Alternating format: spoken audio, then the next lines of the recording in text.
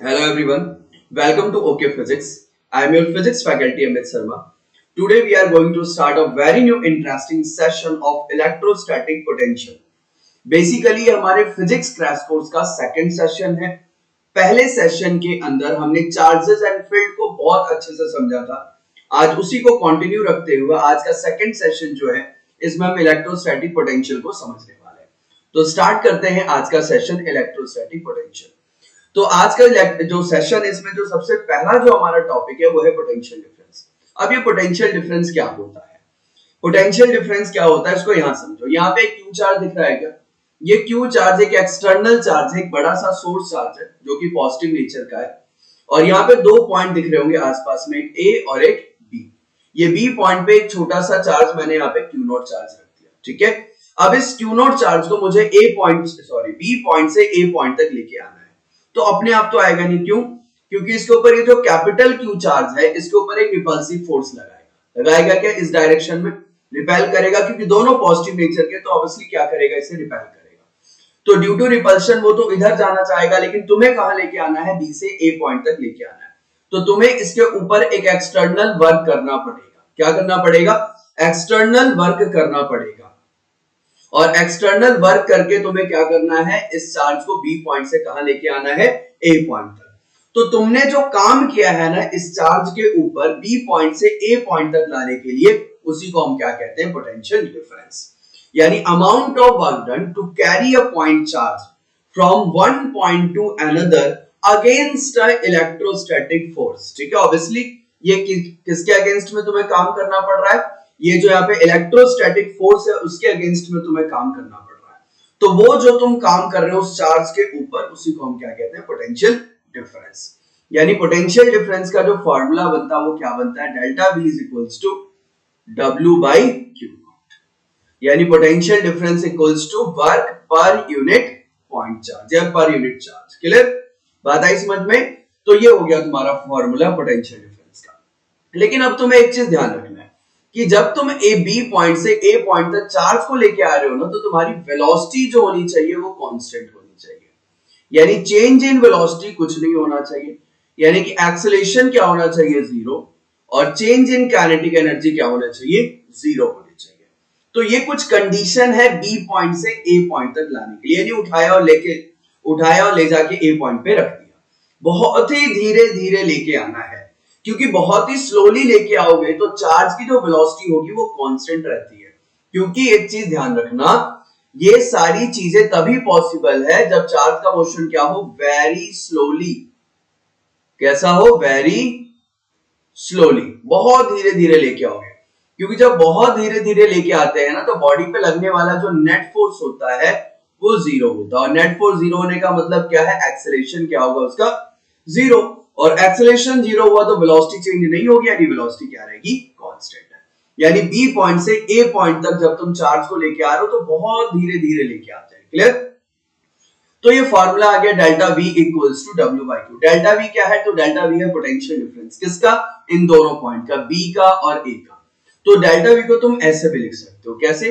VA minus VB equals to W upon में Q naught. Final point minus initial point करते हैं, बाद वाला पॉइंट माइनस पहले वाला point equals to W by Q naught. Clear? बात आ गई समझ में? नेक्स्ट ये देखो, यहाँ पे एक पॉइंट लिखा हुआ है पोटेंशियल डिफरेंस कैसी क्वांटिटी है? तो potential difference is a scalar quantity. इसमें डायरेक्शन का कोई चक्कर नहीं होता। कोई तुम्हें ट्रायंगल और वेक्टर एडिशन जैसे इलेक्ट्रिक फील्ड फोर्स में लगाते थे, यहाँ कुछ नहीं लगाना। यहाँ सीधे सीधे अगर दो पोटेंशियल है तुम्हारे पास, किसी पॉइंट पे दो पोटेंशियल डिफरेंस मिल रहा है, दोनों को सिंपल जोड़ दो, you will get the total potential. Clear?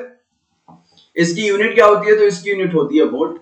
अब यहाँ पे 1 वोल्ट को डिफाइन किया गया है, तो ये तो सबको पता है कि 1 वोल्ट इक्वल्स टू क्या होता है? 1 जूल पर कूलम। इसका मतलब क्या है? इसका मतलब ये है, देखो फॉर्मूले से भी समझो। डेल्टा V इक्वल्स टू हमारा जो फॉर्मूला मिला वो क्या मिला? W by Q। अगर मैं डेल्टा V को 1 वोल्ट कह रहा हूं, वर्क 1 जूल कह रहा हूं, चार्ज 1 कूलम कह रहा हूं, तो 1 volt equals to 1 joule per coulomb मिल गया। क्या ये रिलेशन यहां से आया? बट ये रिलेशन क्या कहता है इसे भी समझो। ये रिलेशन ये कहता है कि जैसे मान लो A पॉइंट था और हमारे पास B पॉइंट है, तुम्हें B पॉइंट से A पॉइंट तक 1 कूलम चार्ज को उठा के लेके जाना है। यानी B पॉइंट पे कितना कूलम चार्ज है? 1 कूलम चार्ज। अब इस 1 कूलम चार्ज को बी पॉइंट से उठा के कहां लेके जाना है, ए पॉइंट तक लेके जाना है, तो ऑब्वियसली तुम्हें काम करना पड़ेगा, है ना, अपने आप तो जाएगा नहीं। तो बी पॉइंट से ए पॉइंट तक ले जाने के लिए इस एक कूलम चार्ज के ऊपर अगर तुम 1 जूल का काम करते हो तो बी और ए के बीच का जो पोटेंशियल डिफरेंस है वो कितना होगा, 1 वोल्ट का पोटेंशियल डिफरेंस होगा। क्लियर? यानी अब एक कूलम चार्ज को यहां से यहां ले जाने के लिए अगर मुझे 1 जूल का काम करना पड़ रहा है तो बी और ए के बीच का जो पोटेंशियल डिफरेंस होगा वो कितने का होगा, 1 वोल्ट का होगा। या दो पॉइंट के बीच का अगर पोटेंशियल डिफरेंस 1 वोल्ट का है तो एक कूलम चार्ज को एक पॉइंट से दूसरे पॉइंट तक ले जाने के लिए मुझे कितना काम करना पड़ेगा, 1 जूल का काम करना पड़ेगा। क्लियर? बात आई समझ में? चलो, तो ये हमारा हो गया पोटेंशियल डिफरेंस। और फिजिक्स के अंदर ना हमेशा पोटेंशियल डिफरेंस ही डिफाइन होता है, अकेला पोटेंशियल डिफाइन नहीं होता है। लेकिन फिर भी हम कोशिश करेंगे, जैसे यहाँ पे क्या है, यहाँ पे ए और बीच का तुमने पोटेंशियल डिफरेंस निकाला, ए पॉइंट का पोटेंशियल नहीं निकाला, बी पॉइंट का पोटेंशियल नहीं निकाला, क्या निकाला, ए और बी के बीच का पोटेंशियल डिफरेंस निकाला। तो अगर मुझे सिर्फ ए पॉइंट का ही पोटेंशियल चाहिए या सिर्फ बी पॉइंट का पोटेंशियल चाहिए तो वो कैसे निकालेंगे, यानी सिर्फ और सिर्फ एक पॉइंट का पोटेंशियल चाहिए तो वो कैसे निकालेंगे। तो अगर तुम्हें किसी एक पॉइंट का पोटेंशियल चाहिए तो वो भी एक्चुअली में पोटेंशियल डिफरेंस ही होता है। कैसे होता है अब वो समझो। देखो ये केस देखो, यहाँ पे ये जो हमारा टॉपिक है ये क्या कह रहा है, पोटेंशियल एट अ पॉइंट, यानी एक पॉइंट पे पोटेंशियल कैसे निकालते हैं। अब ध्यान देना, अब यहाँ पे मान लो बी पॉइंट पे क्यू नॉट चार्ज है, इस क्यू नॉट चार्ज को तुम्हें बी से उठा के ए पे लेके जाना है, तो ऑब्वियसली वो क्या है, पोटेंशियल डिफरेंस। लेकिन अब मैं क्या कह रहा हूँ, ध्यान से सुनना, इस बी पॉइंट को उठा के मैं कहा लेके चला गया, बहुत दूर। बहुत दूर मतलब कहां, इन्फिनिटी पे, यानी बी पॉइंट को मैंने कहा शिफ्ट कर दिया, इन्फिनिटी पे। और इन्फिनिटी का जो पोटेंशियल माना गया है वो क्या माना गया है, 0। ये चीज ध्यान रखना, इन्फिनिटी का पोटेंशियल क्या माना गया है, 0 माना गया है। यानी अब बी पॉइंट कहां चला गया, इन्फिनिटी पे, और इन्फिनिटी का पोटेंशियल कितना है, 0। अब क्यू नॉट चार्ज कहां चला गया, इन्फिनिटी पे चला गया। अब ये क्यू नॉट चार्ज इन्फिनिटी से तुम्हें कहां लेके आना है भाई, ए पॉइंट तक लेके आना है। क्लियर? ऑब्वियसली काम करना पड़ेगा, क्यों, क्योंकि यहां तुमने बगल में एक बड़ा सा क्यू चार्ज रख दिया है ना जो इसे रिपेल करेगा, तो उसके अगेंस्ट में तुम्हें काम करना पड़ेगा। और जब काम करने के लिए मतलब क्या है, चार्ज को उठा के तुम्हें क्या करना है, इन्फिनिटी से ए पॉइंट तक लेके आना है। तो जब तुम लेके आओगे तो वो छोटी बात है, तो वो ये है कि तुम्हारी वेलोसिटी क्या रहनी चाहिए, कांस्टेंट, यानी बहुत धीरे धीरे लेके आना है। ये चीज तो है, ठीक है। तो अगर तुम इस ए पॉइंट क्यू नॉट चार्ज को इन्फिनिटी से ए पॉइंट तक लेके आ रहे हो तो इसे कैसे लिखोगे, ऐसे ही तो लिखोगे, VA minus V infinity is equals to W upon में क्यू नॉट। अब V इन्फिनिटी जो होता है वो क्या होता है, 0 होता है, तो VA इक्वल्स टू क्या आ गया, W अपॉन में क्यू नॉट आ गया। क्लियर? तो इस तरीके से एक सिंगल पॉइंट का तुम पोटेंशियल डिफरेंस निकालते हो। तो सिंगल पॉइंट का अगर तुम्हें पोटेंशियल डिफरेंस चाहिए तो जो तुम्हारा क्यू नॉट चार्ज होगा उसे ले जाके कहां रख दो, इन्फिनिटी पे रख दो, बहुत दूर रख दो, ठीक है। अब वहां से लेके आओ उस पॉइंट के ऊपर जिस पॉइंट पर तुम्हें पोटेंशियल निकालना है, तो जितना भी काम तुम्हें उस चार्ज के ऊपर करना पड़ रहा होगा वो तुम्हें क्या दे देगा, उस पॉइंट का पोटेंशियल। यानी ए पॉइंट का पोटेंशियल क्या आया, वर्क अपॉन चार्ज। क्यों? क्योंकि इनिशियली चार्ज कहां था, इन्फिनिटी पे था, और इन्फिनिटी का पोटेंशियल कितना होता है, 0 होता है। तो देखो ये डेफिनेशन यहां लिखी हुई है, क्या लिखी हुई है, amount of work done to carry a point charge from infinity to a given point against a electrostatic force without acceleration। ठीक है, एक पॉइंट से दूसरे पॉइंट तक ले जा रहे हो तो वो पोटेंशियल डिफरेंस, ठीक है, और इन्फिनिटी से किसी पॉइंट तक तुम अपने चार्ज को लेके आ रहे हो अगेंस्ट द इलेक्ट्रोस्टैटिक फोर्स, तो वो क्या है, पोटेंशियल एट अ पॉइंट है। क्लियर? बात आई समझ में? तो ये चीज ध्यान रखना। तो भाई पोटेंशियल का फार्मूला भी क्या है, किसी एक पॉइंट का पोटेंशियल है उसका भी फार्मूला यही है, वर्क अपॉन चार्ज। बस क्या है कि इनिशियली चार्ज कहां होना चाहिए, इन्फिनिटी पे होना चाहिए। अच्छा ये वाला वर्क कौन सा वर्क है, तो ये वो वर्क है जो एक्सटर्नल फोर्स कर रहा है, जो तुम कर रहे हो, है ना, चार्ज को उठा के जो लेके आ रहे हो, ठीक है, वो वाला वर्क है, ये एक्सटर्नल वर्क है। समझ जाओगे ना, एक्सटर्नल वर्क, ठीक है। अब ये एक्सटर्नल वर्क जो कर रहे हो किसके अगेंस्ट में कर रहे हो, इलेक्ट्रोस्टैटिक फोर्स के अगेंस्ट में कर रहे हो। और इलेक्ट्रोस्टैटिक फोर्स जो होती है ना वो कंजर्वेटिव फोर्स होती है। क्लियर? किसके अगेंस्ट में कर रहे हैं हम वर्क, इलेक्ट्रोस्टैटिक फोर्स के अगेंस्ट में कर रहे हैं वर्क। और इलेक्ट्रोस्टैटिक फोर्स क्या होती है भाई, कंजर्वेटिव फोर्स होती है, ठीक है। तो यहां पे जो मान लो कि क्यू नॉट चार्ज मान लो बी पॉइंट पे है, तो तुमने यहां पे क्या लगेगा, इसके ऊपर इलेक्ट्रोस्टैटिक फोर्स लगेगा, और तुम्हारा जो तुमने जो फोर्स लगाया एक्सटर्नल फोर्स वो इस डायरेक्शन में लगाया और चार्ज को लेके आ रहे हो तो ऑब्वियसली डिस्प्लेसमेंट हो रहा है तो वर्क हो रहा है, यानी एक वर्क हो रहा है तुम्हारा जो एक्सटर्नल वर्क है वो, और एक वर्क इलेक्ट्रोस्टैटिक भी तो कर रहा है ना भाई, फोर्स है और डिस्प्लेसमेंट इधर, ऑब्वियसली नेगेटिव वर्क है लेकिन वर्क तो हो रहा है तो वो भी वर्क कर रहा है। तो तुम्हारा जो एक्सटर्नल वर्क होगा वो लगभग लगभग किसके इक्वल होना चाहिए, इलेक्ट्रोस्टैटिक फोर्स के इक्वल होना चाहिए, इलेक्ट्रोस्टैटिक फोर्स वाला जो वर्क है उसके बराबर ही होना चाहिए। क्लियर?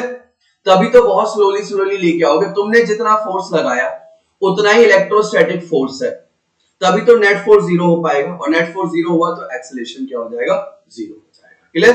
तो ये चीज ध्यान रखना, यानी ये जो तुम एक्सटर्नल वर्क लगा रहे हो लगभग लगभग किसके इक्वल होगा, इलेक्ट्रिक वर्क के ही इक्वल होगा, जो इलेक्ट्रोस्टैटिक फोर्स की वजह से जो वर्क हो रहा है। क्लियर? तो ये चीज ध्यान रखना। अब कुछ और बातें हैं जिसको समझना पड़ेगा। देखो यहाँ पे लिखा हुआ है इलेक्ट्रोस्टैटिक फोर्स क्या होता है, कंजर्वेटिव इन नेचर होता है। कंजर्वेटिव इन नेचर किसे कहते हैं, उन फोर्स जिनका वर्क डन सिर्फ पाथ के ऊपर इंडिपेंडेंट हो और सिर्फ फाइनल और इनिशियल पॉइंट के ऊपर डिपेंड करे। ठीक है, तो इसका वर्क डन लिखा भी है कि this work done is independent on path, P होगा यहाँ पे। ठीक है, इंडिपेंडेंट ऑन पाथ, सिर्फ और सिर्फ फाइनल और इनिशियल पॉइंट के ऊपर डिपेंड करे। अब जैसे मान लो मेरे पास एक पॉइंट है ए और दूसरा पॉइंट है यहाँ पे बी। ठीक है, अब मुझे क्या करना है, ए पॉइंट से बी पॉइंट तक मुझे एक चार्ज को लेके जाना है। तो एक बार तो मैं बिल्कुल इस तरीके से लेके अपने चार्ज को, ये हुआ मेरा पहला पाथ। ठीक है, फिर मैं अपने चार्ज को इस तरीके से लेके चला गया, ये हुआ मेरा दूसरा पाथ, और फिर मैं अपने चार्ज को इस तरीके से लेके गया, ये हुआ मेरा तीसरा पाथ। ठीक है, क्योंकि यहाँ पे जो चार्ज लेके जा रहा है, ठीक है, तो यहाँ जो फोर्स है वो कौन सा फोर्स है, इलेक्ट्रोस्टैटिक फोर्स, और इलेक्ट्रोस्टैटिक फोर्स की कैसा फोर्स होता है, कंजर्वेटिव फोर्स होता है। तो इसका जो वर्क डन होता है कि सिर्फ किसके ऊपर डिपेंड करता है, फाइनल और इनिशियल पॉइंट के ऊपर, पाथ के ऊपर इंडिपेंडेंट होता है। तो अगर मैं पहले पाथ से ले गया तो फाइनल पॉइंट क्या है, बी, और इनिशियल पॉइंट क्या है, ए। ठीक है, यानी कि दूसरे पाथ से ले गया, तो दूसरे पाथ से जब मैं लेके जा रहा हूं तो भी मेरा इनिशियल पॉइंट क्या है, ए, और फाइनल पॉइंट क्या है, बी। तीसरे पाथ से ले गया तो भी मेरा फाइनल क्या है, बी, और इनिशियल क्या है, ए। यानी तीनों पाथ से लेके जा रहा हूं तो मेरा फाइनल पॉइंट इनिशियल पॉइंट क्या है, सेम है, तो तीनों पाथ का वर्क भी क्या होगा, सेम होगा। ठीक है, तीनों पाथ का वर्क भी क्या होगा, सेम होगा। कहने का मतलब ये है कि भाई तुम्हें मान लो ए पॉइंट से बी पॉइंट तक चार्ज को लेके जाना है, तो तुम कैसे भी ले जाओ, तुम ऐसे ले जाओ, तुम ऐसे ले जाओ, ऐसे ले जाओ, ऐसे ले जाओ, कैसे भी ले जाओ, तुम्हारी मर्जी है। ठीक है, बट हाँ जो कंडीशन ये है बहुत धीरे ले जाना है ताकि उसकी वेलोसिटी कांस्टेंट रहे, उसको फॉलो करना बस। ठीक है, पाथ के ऊपर ये इंडिपेंडेंट होता है, तो ये ध्यान रखना, वर्क क्या होगा, जीरो। अच्छा, जितना तुम्हारा पोटेंशियल डिफरेंस पहले पाथ में मिलेगा उतना ही दूसरे में मिलेगा, उतना ही तीसरे में मिलेगा। क्यों? क्योंकि पोटेंशियल डिफरेंस क्या होता है, वीबी माइनस वीए, फाइनल पॉइंट का पोटेंशियल माइनस इनिशियल पॉइंट का पोटेंशियल। तो सब में फाइनल पॉइंट और इनिशियल पॉइंट तो सेम ही है ना, पहले पाथ में भी पॉइंट हमारा ए बी है, दूसरे पॉइंट में भी पॉइंट ए बी, और तीसरे पाथ में भी हमारा पॉइंट क्या है, ए बी है।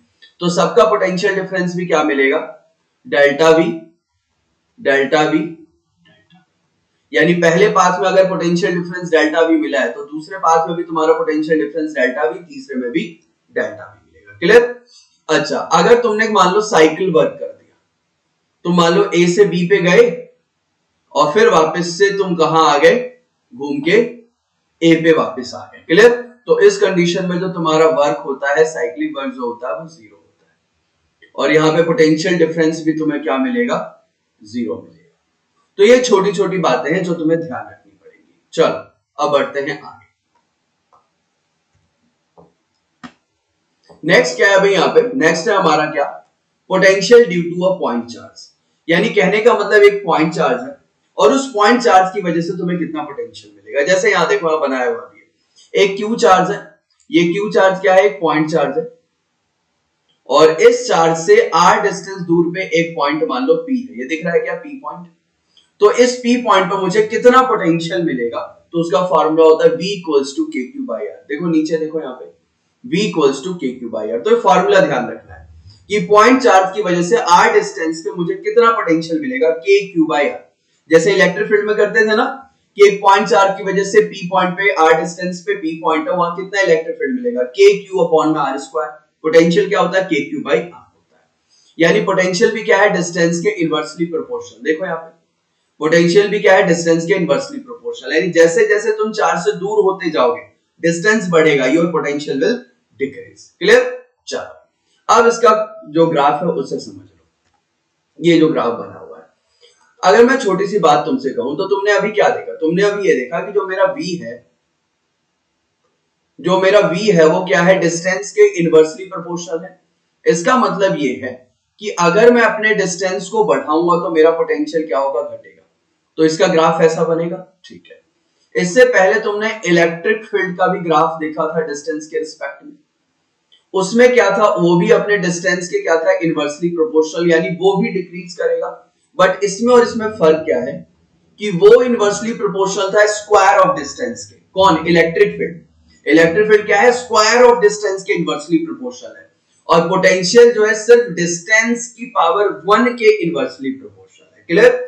यानी कहने का मतलब यह है कि ज्यादा फास्ट डिक्रीज कौन करेगा भाई, तो ऑब्वियसली इलेक्ट्रिक फील्ड करेगा, क्योंकि उसके ऊपर स्क्वायर है। मान लो मैंने डिस्टेंस दिया 2 सेंटीमीटर, तो अगर मैं r की वैल्यू यहां 2 पुट करूंगा तो v मुझे 1/2 टाइम मिल जाएगा।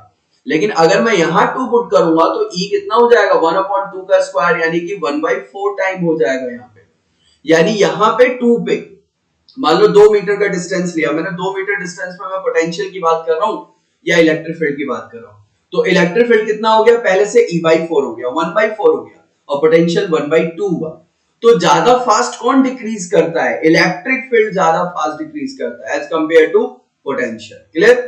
अब देखो यहाँ पे कर्व बना हुआ है, डॉटेड लाइन जो है वो इलेक्ट्रिक फील्ड को रिप्रेजेंट कर रहा है, जो डार्क लाइन है वो पोटेंशियल को रिप्रेजेंट कर रहा है। ठीक है, अब तुम जरा इन दोनों कर्व को ध्यान से समझना। ठीक है, मान लो मैंने ये वाला पॉइंट लिया, इस डिस्टेंस की बात कर रहा हूं, मान लो स्पेसिफिक डिस्टेंस मैंने r डैश का है, तो r डैश पे ये जो डार्क लाइन है v को रिप्रेजेंट कर रहा है। r डैश पे मुझे v की वैल्यू इतनी मिल रही है क्या, ध्यान देखो, और e की वैल्यू यहां मिल रही है, ये e की वैल्यू है, ये v की वैल्यू मान लो कोई v डैश मिल गया, और ये e की वैल्यू मान लो कोई e डैश मिल गया। तो v डैश और e डैश में से कम कौन है, ऑब्वियसली e डैश कम है। क्यों? क्योंकि e डैश जो इलेक्ट्रिक फील्ड जो है वो ज्यादा डिक्रीज कर रहा है एज कंपेयर टू डिस्टेंस। तो दो चीज ज्यादा डिक्रीज करेगा डिस्टेंस से, ठीक है, उसका कर्व कहां जाएगा, इस तरीके से नीचे की तरफ आ जाएगा। तो ये कर्व समझ में आ गया। तो ये ध्यान रखना है, इलेक्ट्रिक फील्ड ज्यादा फास्ट डिक्रीज करता है एज कंपेयर टू पोटेंशियल। चलो अब बढ़ते हैं आगे। नेक्स्ट क्या है, एक्सियल पॉइंट पे पोटेंशियल। बेसिकली अब निकाल रहे हैं पोटेंशियल ड्यू टू डायपोल, कि हमारे पास एक डायपोल दे दिया है भाई, अब डायपोल की वजह से पोटेंशियल निकालो। तो डायपोल की वजह से पोटेंशियल निकाल रहे हैं, सबसे पहले कहा एक्सियल पॉइंट। एक्सियल पॉइंट बताइए, ये जो हमारा डायपोल का जो एक्सिस है उसी एक्सिस पे आगे में एक पॉइंट हमने क्या ले लिया, पी पॉइंट ले लिया। अब पी पॉइंट पे तुम्हें पोटेंशियल निकालना है। अब मजे की बात सुनो, इसमें डायरेक्शन वगैरह को कोई चक्कर ही नहीं है, सीधे तुम एक बार प्लस क्यू चार्ज की वजह से पोटेंशियल निकालो, एक बार माइनस क्यू चार्ज की वजह से पोटेंशियल निकालो, दोनों को सीधे सीधे जोड़ दो, बस खत्म। यानी पी पॉइंट का पोटेंशियल कैसे निकालेंगे, प्लस क्यू का पोटेंशियल निकालो और माइनस क्यू चार्ज का पोटेंशियल निकालो, और दोनों को क्या करो, जोड़ दो, बस काम खत्म हमारा। ठीक है, अब यहाँ पे चाहे प्लस क्यू की बात करो चाहे माइनस क्यू की बात करो, ये दोनों कैसे चार्ज है, तो दोनों पॉइंट चार्ज है। और पॉइंट चार्ज की वजह से पोटेंशियल निकालने का फॉर्मूला हमने पढ़ा है, क्या है, के क्यू बाई आर। बस यही रिलेशन लगाना है भाई हमें। ठीक है, चलो यूज करते हैं। मान लो ये हमारे पास क्या है, प्लस क्यू चार्ज है, प्लस क्यू चार्ज है। हाँ, कुछ चीजें यहाँ पे मान लेते हैं। पूरा डिस्टेंस क्या है, 2l, तो ये कितना हो जाएगा, l, और ये भी क्या हो जाएगा, l हो जाएगा। क्लियर? उसके बाद o से यहां तक का जो डिस्टेंस है उसको क्या मानोगे, r मान ले, r मान लेते हैं। o से इस p पॉइंट तक का जो डिस्टेंस है वो क्या हो जाएगा, r हो जाएगा। चलो अब निकालते हैं potential due to this plus Q charge. तो प्लस क्यू चार्ज यहां है क्या, अब P पॉइंट इससे कितनी दूरी पे है, तो ये वाला डिस्टेंस देखो कितना हो जाएगा, तो ये वाला डिस्टेंस हो जाएगा तुम्हारा r माइनस एल। किसी को कोई डाउट तो नहीं r माइनस एल में? भाई O से P तक का डिस्टेंस कितना है, r, और तुम्हें चाहिए AP, तो AP के लिए क्या करना पड़ेगा, ये जो L वाला है ये माइनस करना पड़ेगा, तो r में से L माइनस कर दो, तो V प्लस Q क्या होगा, K Q अपॉन में r plus L। V minus Q देखो क्या होगा, v माइनस क्यू चार्ज हमारा कहाँ है, b पॉइंट पे, यहाँ पे है। तो ये b से p तक का डिस्टेंस कितना हो जाएगा, तो देखो पहले यहां से b से o कितना है, l है, और फिर o से p कितना है, r है। तो ये b से p कितना हो जाएगा, r प्लस l हो जाएगा। तो v माइनस क्यू क्या हो जाएगा, k into minus Q upon में r प्लस l। यहां मैंने प्लस l कर दिया, ये माइनस l क्या होगा, यहाँ पे माइनस l होगा। तो v प्लस क्यू कितना आया भाई, के क्यू अपॉन में r माइनस l, और v माइनस क्यू क्या आया, k इंटू माइनस क्यू, जिससे तुम ये लिखोगे माइनस के क्यू अपॉन में r प्लस l। ठीक है, तो दोनों चार्जेस की वजह से p पॉइंट पे तुमने पोटेंशियल निकाल दिया। अब मेरी बात बहुत ध्यान से सुनना, इलेक्ट्रिक फील्ड और फोर्स में चार्ज के साइन को हम पुट नहीं करते थे, छोड़ देते थे, क्यों, क्योंकि वो वेक्टर क्वांटिटी अपने आप डायरेक्शन हमें दे देगी, वो पॉजिटिव है या फिर पॉजिटिव नेगेटिव चार्ज है या पॉजिटिव पॉजिटिव चार्ज है, तो attractive force repulsive force direction मिल जाएगा, तो वहां डायरेक्शन से हम क्वेश्चन सॉल्व कर देते थे। But potential is a scalar quantity, तो यहां पे तुम चार्ज के साइन को कंसीडर करोगे, पोटेंशियल एनर्जी, यहां पे चार्ज के साइन को कंसीडर करना है, यानी अगर तुम Q की वैल्यू पुट कर रहे हो तो साइन के साथ पुट करोगे। क्लियर, ध्यान रखना है। तो यहां पे अब दोनों को प्लस कर दो, तो V प्लस क्यू की वैल्यू कितनी हो जाएगी, के क्यू अपॉन में R माइनस एल, और यहां क्या आ जाएगा, के क्यू अपॉन में R माइनस एल, और ये माइनस साइन है, तो प्लस माइनस ऑब्वियसली क्या हो जाएगा, माइनस हो जाएगा। अब आगे पूरा का पूरा सॉल्व कर लेना एलसीएम से, एलसीएम लेके, और जब तुम सॉल्व करोगे तो तुम्हें देखो आंसर क्या मिलेगा। यहां देखो, ये देखो पूरा ये आ गया v1 यानी कि तुम्हारा वही प्लस क्यू, और v2 यानी कि वही माइनस क्यू। यहां दोनों को प्लस क्यू और माइनस क्यू वाले को क्या कर दिया, ऐड कर दिया, और ऐड करके लास्ट में जो तुम्हें फॉर्मूला मिला वो क्या मिला, ये मिला। ठीक है, पोटेंशियल एट पॉइंट पी, जिसे तुम ऐसे भी लिखोगे 1/4 पाई एप्सिलॉन नॉट को k लिख दो, तो k क्यू अपॉन में r square minus l square. मैंने बताया था एक आइडियल डायपोल जो होता है, एक अच्छा डायपोल क्या होता है, जिसका लेंथ काफी छोटा हो, short dipole.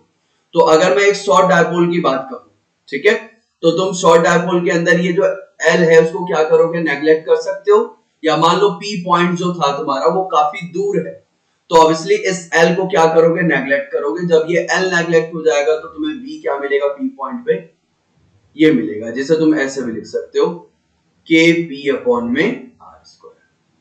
This is your potential at axial point due to dipole. तो ध्यान रखोगे, एक्सियल पॉइंट पे हमें कितना पोटेंशियल मिलता है due to dipole, Kp upon में r स्क्वायर। चलो अब बढ़ते हैं आगे। नेक्स्ट आता है हमारा इक्वेटोरियल पॉइंट। इक्वेटोरियल पॉइंट क्या होता है, ये तो हमने समझा था कहां पे, जब इलेक्ट्रिक फील्ड कैलकुलेट कर रहे थे। अब सीधे सीधे P पॉइंट पे हमें क्या निकालना है, पोटेंशियल। तो P पॉइंट पे पोटेंशियल निकालेंगे, simple potential due to plus Q charge and potential due to minus Q charge निकालेंगे और इनको ऐड कर देंगे भाई। ये वाला डिस्टेंस कितना हो जाएगा, L, और ये भी कितना हो जाएगा, L, तो ये डिस्टेंस कितना हो जाएगा, r square plus l square. हाँ, ये डिस्टेंस भी कितना हो जाएगा, r square plus l square, क्योंकि हाइपोटेन्यूस है। परपेंडिकुलर क्या है हमारा r, बेस क्या है हमारा l, यहां भी परपेंडिकुलर क्या है r और बेस क्या है l, तो हाइपोटेन्यूस से ही आ जाएगा। क्लियर। अब माइनस क्यू चार्ज की वजह से P पॉइंट पर पोटेंशियल निकालो। फॉर्मूला क्या होता है, के क्यू बाई आर, निकालते हैं जरा। Minus Q charge, K Q की जगह तुम क्या पुट करोगे, माइनस क्यू अपॉन में r, तो r कितना है तुम्हारा, under root r square plus l square, r square plus l square. Clear. v plus q निकालो, तो k q अपॉन में अंडर रूट, डिस्टेंस वही है क्या, same, r square plus l square. ठीक है। अच्छा, माइनस क्यू वाले को तुम ऐसे भी लिख सकते हो क्या, माइनस के क्यू अपॉन में under root r square plus l square. Clear. अब जब तुम इन दोनों को प्लस करोगे Vp के लिए, यानी पोटेंशियल एट पॉइंट P, जब इन दोनों को प्लस करोगे तो जरा ध्यान से देखो कि वैल्यू तुम्हें क्या मिलेगी। माइनस क्यू चार्ज की वजह से जो पोटेंशियल मिल रहा है, क्या मिल रहा है, के क्यू अपॉन में under root r square plus l square with a minus sign मिल रहा है क्या।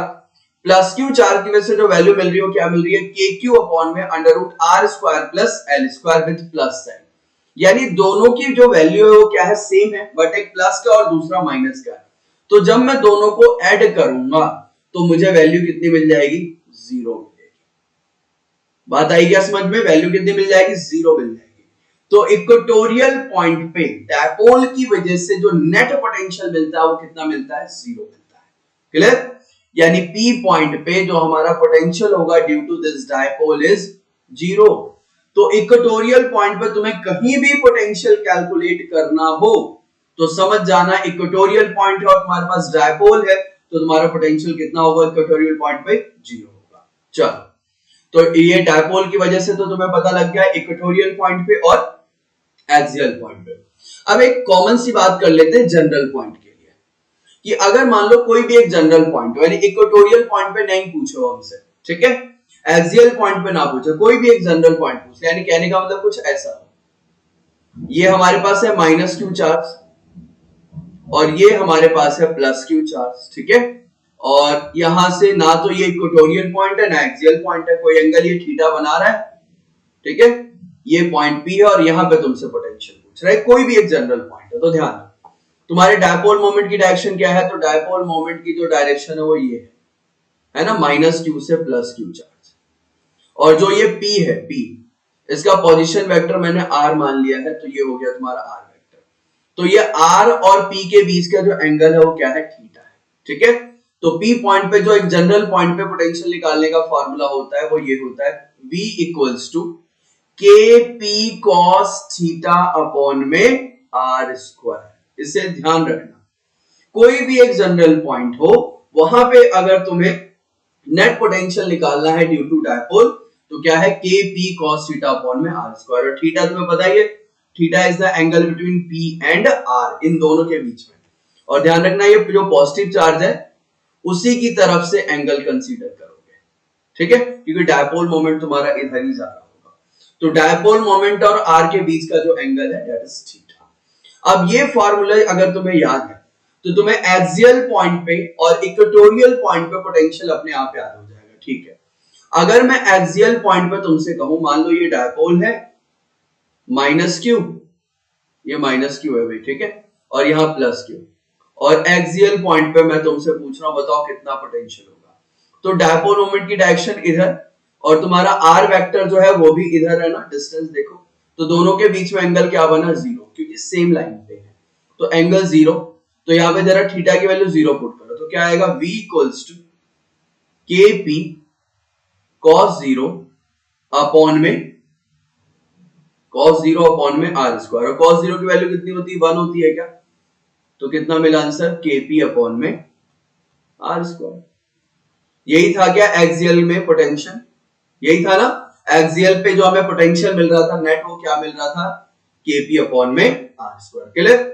यही बात अगर मैं इक्वेटोरियल के लिए कहूं तो मान लो ये रहा तुम्हारा डायपोल, फिर से बना देता हूं डायग्राम, यहां बना देता हूं, देखो ये रहा तुम्हारा dipole minus Q plus Q और इक्वेटोरियल पॉइंट ले रहे हैं, तो इक्वेटोरियल पॉइंट बिल्कुल इस तरीके से लेना होगा। तो एंगल क्या बना? तो एंगल बना अब 90, डायपोल मोमेंट इधर और ये हो गया तुम्हारा आर वेक्टर ऊपर की तरफ, तो थीटा क्या बना? 90। जरा वैल्यू पुट करो, V इक्वल्स टू के पी कॉस थीटा, यानी कॉस 90 अपॉन में आर स्क्वायर। और कॉस 90 वैल्यू कितनी होती है? 0, तो 0 हो गया तो पोटेंशियल कितना मिला? 0। क्लियर? तो ये ध्यान रखना, ये फॉर्मूला कहां पे वैलिड है? फॉर अ जनरल पॉइंट के लिए। चलो अब बढ़ते हैं थोड़ा और आगे। नेक्स्ट क्या है हमारा? बेसिकली ये प्रिंसिपल ऑफ सुपरपोजिशन, यानी कहने का मतलब ये है कि मान लो हमारे पास ये पॉइंट O है और O पॉइंट के अराउंड बहुत सारे चार्ज हैं, Q1 है, Q2 है, Q3 है, ऐसे बहुत सारे चार्जेस रखे हुए, और इन चार्जेस की वजह से A पॉइंट पे नेट पोटेंशियल चाहिए। बहुत इजी है भाई, Q1 की वजह से पोटेंशियल निकालो, Q2 की वजह से पोटेंशियल निकालो और Q3 की वजह से O पॉइंट पे पोटेंशियल निकालो, और फिर इन तीनों को सीधे सीधे जोड़ दो, कोई वेक्टर सम का चक्कर नहीं, बिल्कुल सीधे।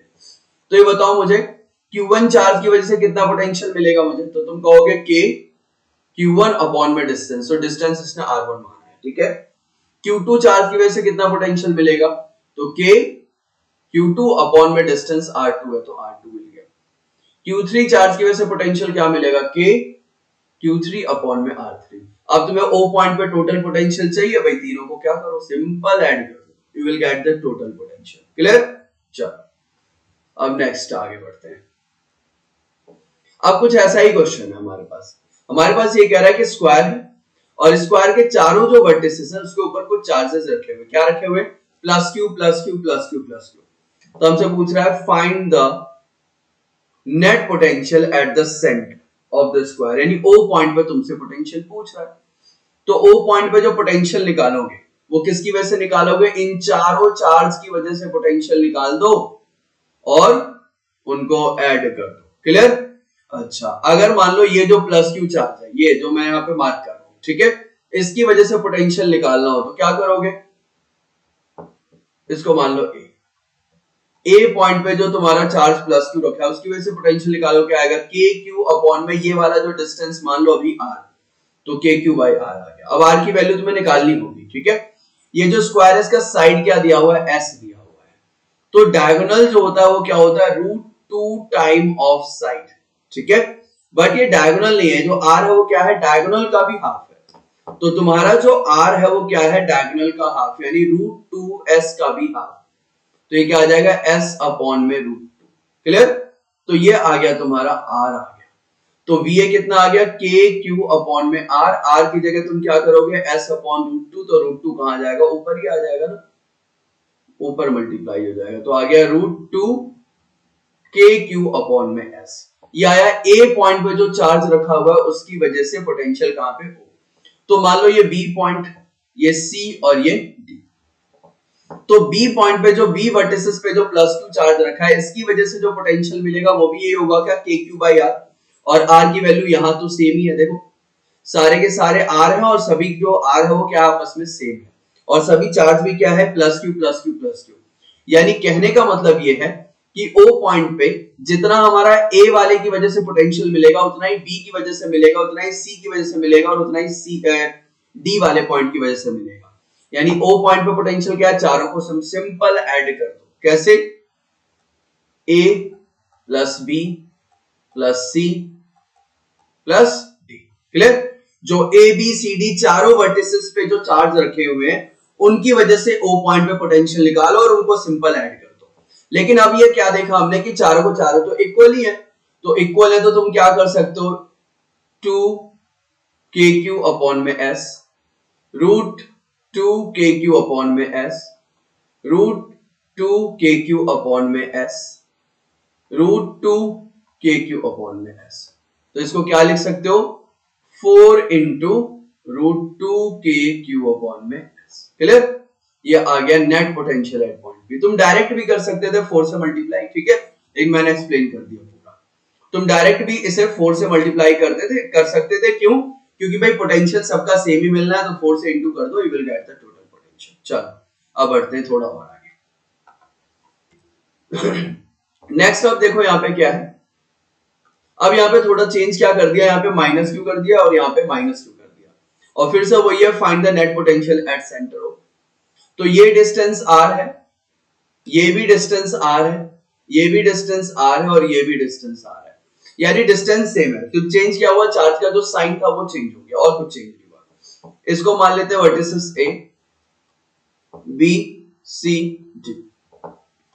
o पॉइंट पे पोटेंशियल निकालना है, तो इन चारों वर्टिसेस पे जो रखे हुए चार्ज है उनकी वजह से पोटेंशियल निकालो और उनको सिंपल क्या कर दो, सम। तो VA निकालो, VA कितना होगा, माइनस के क्यू, क्योंकि भाई यहाँ पे चार्ज के साइन को कंसीडर करना, माइनस क्यू लोगे तो माइनस मैंने आगे लिख दिया, अपॉन में क्या है R, R की वैल्यू पुट कर देंगे बाद में, minus K Q by R. B point पे क्या है, प्लस क्यू चार्ज है, के क्यू बाई आर।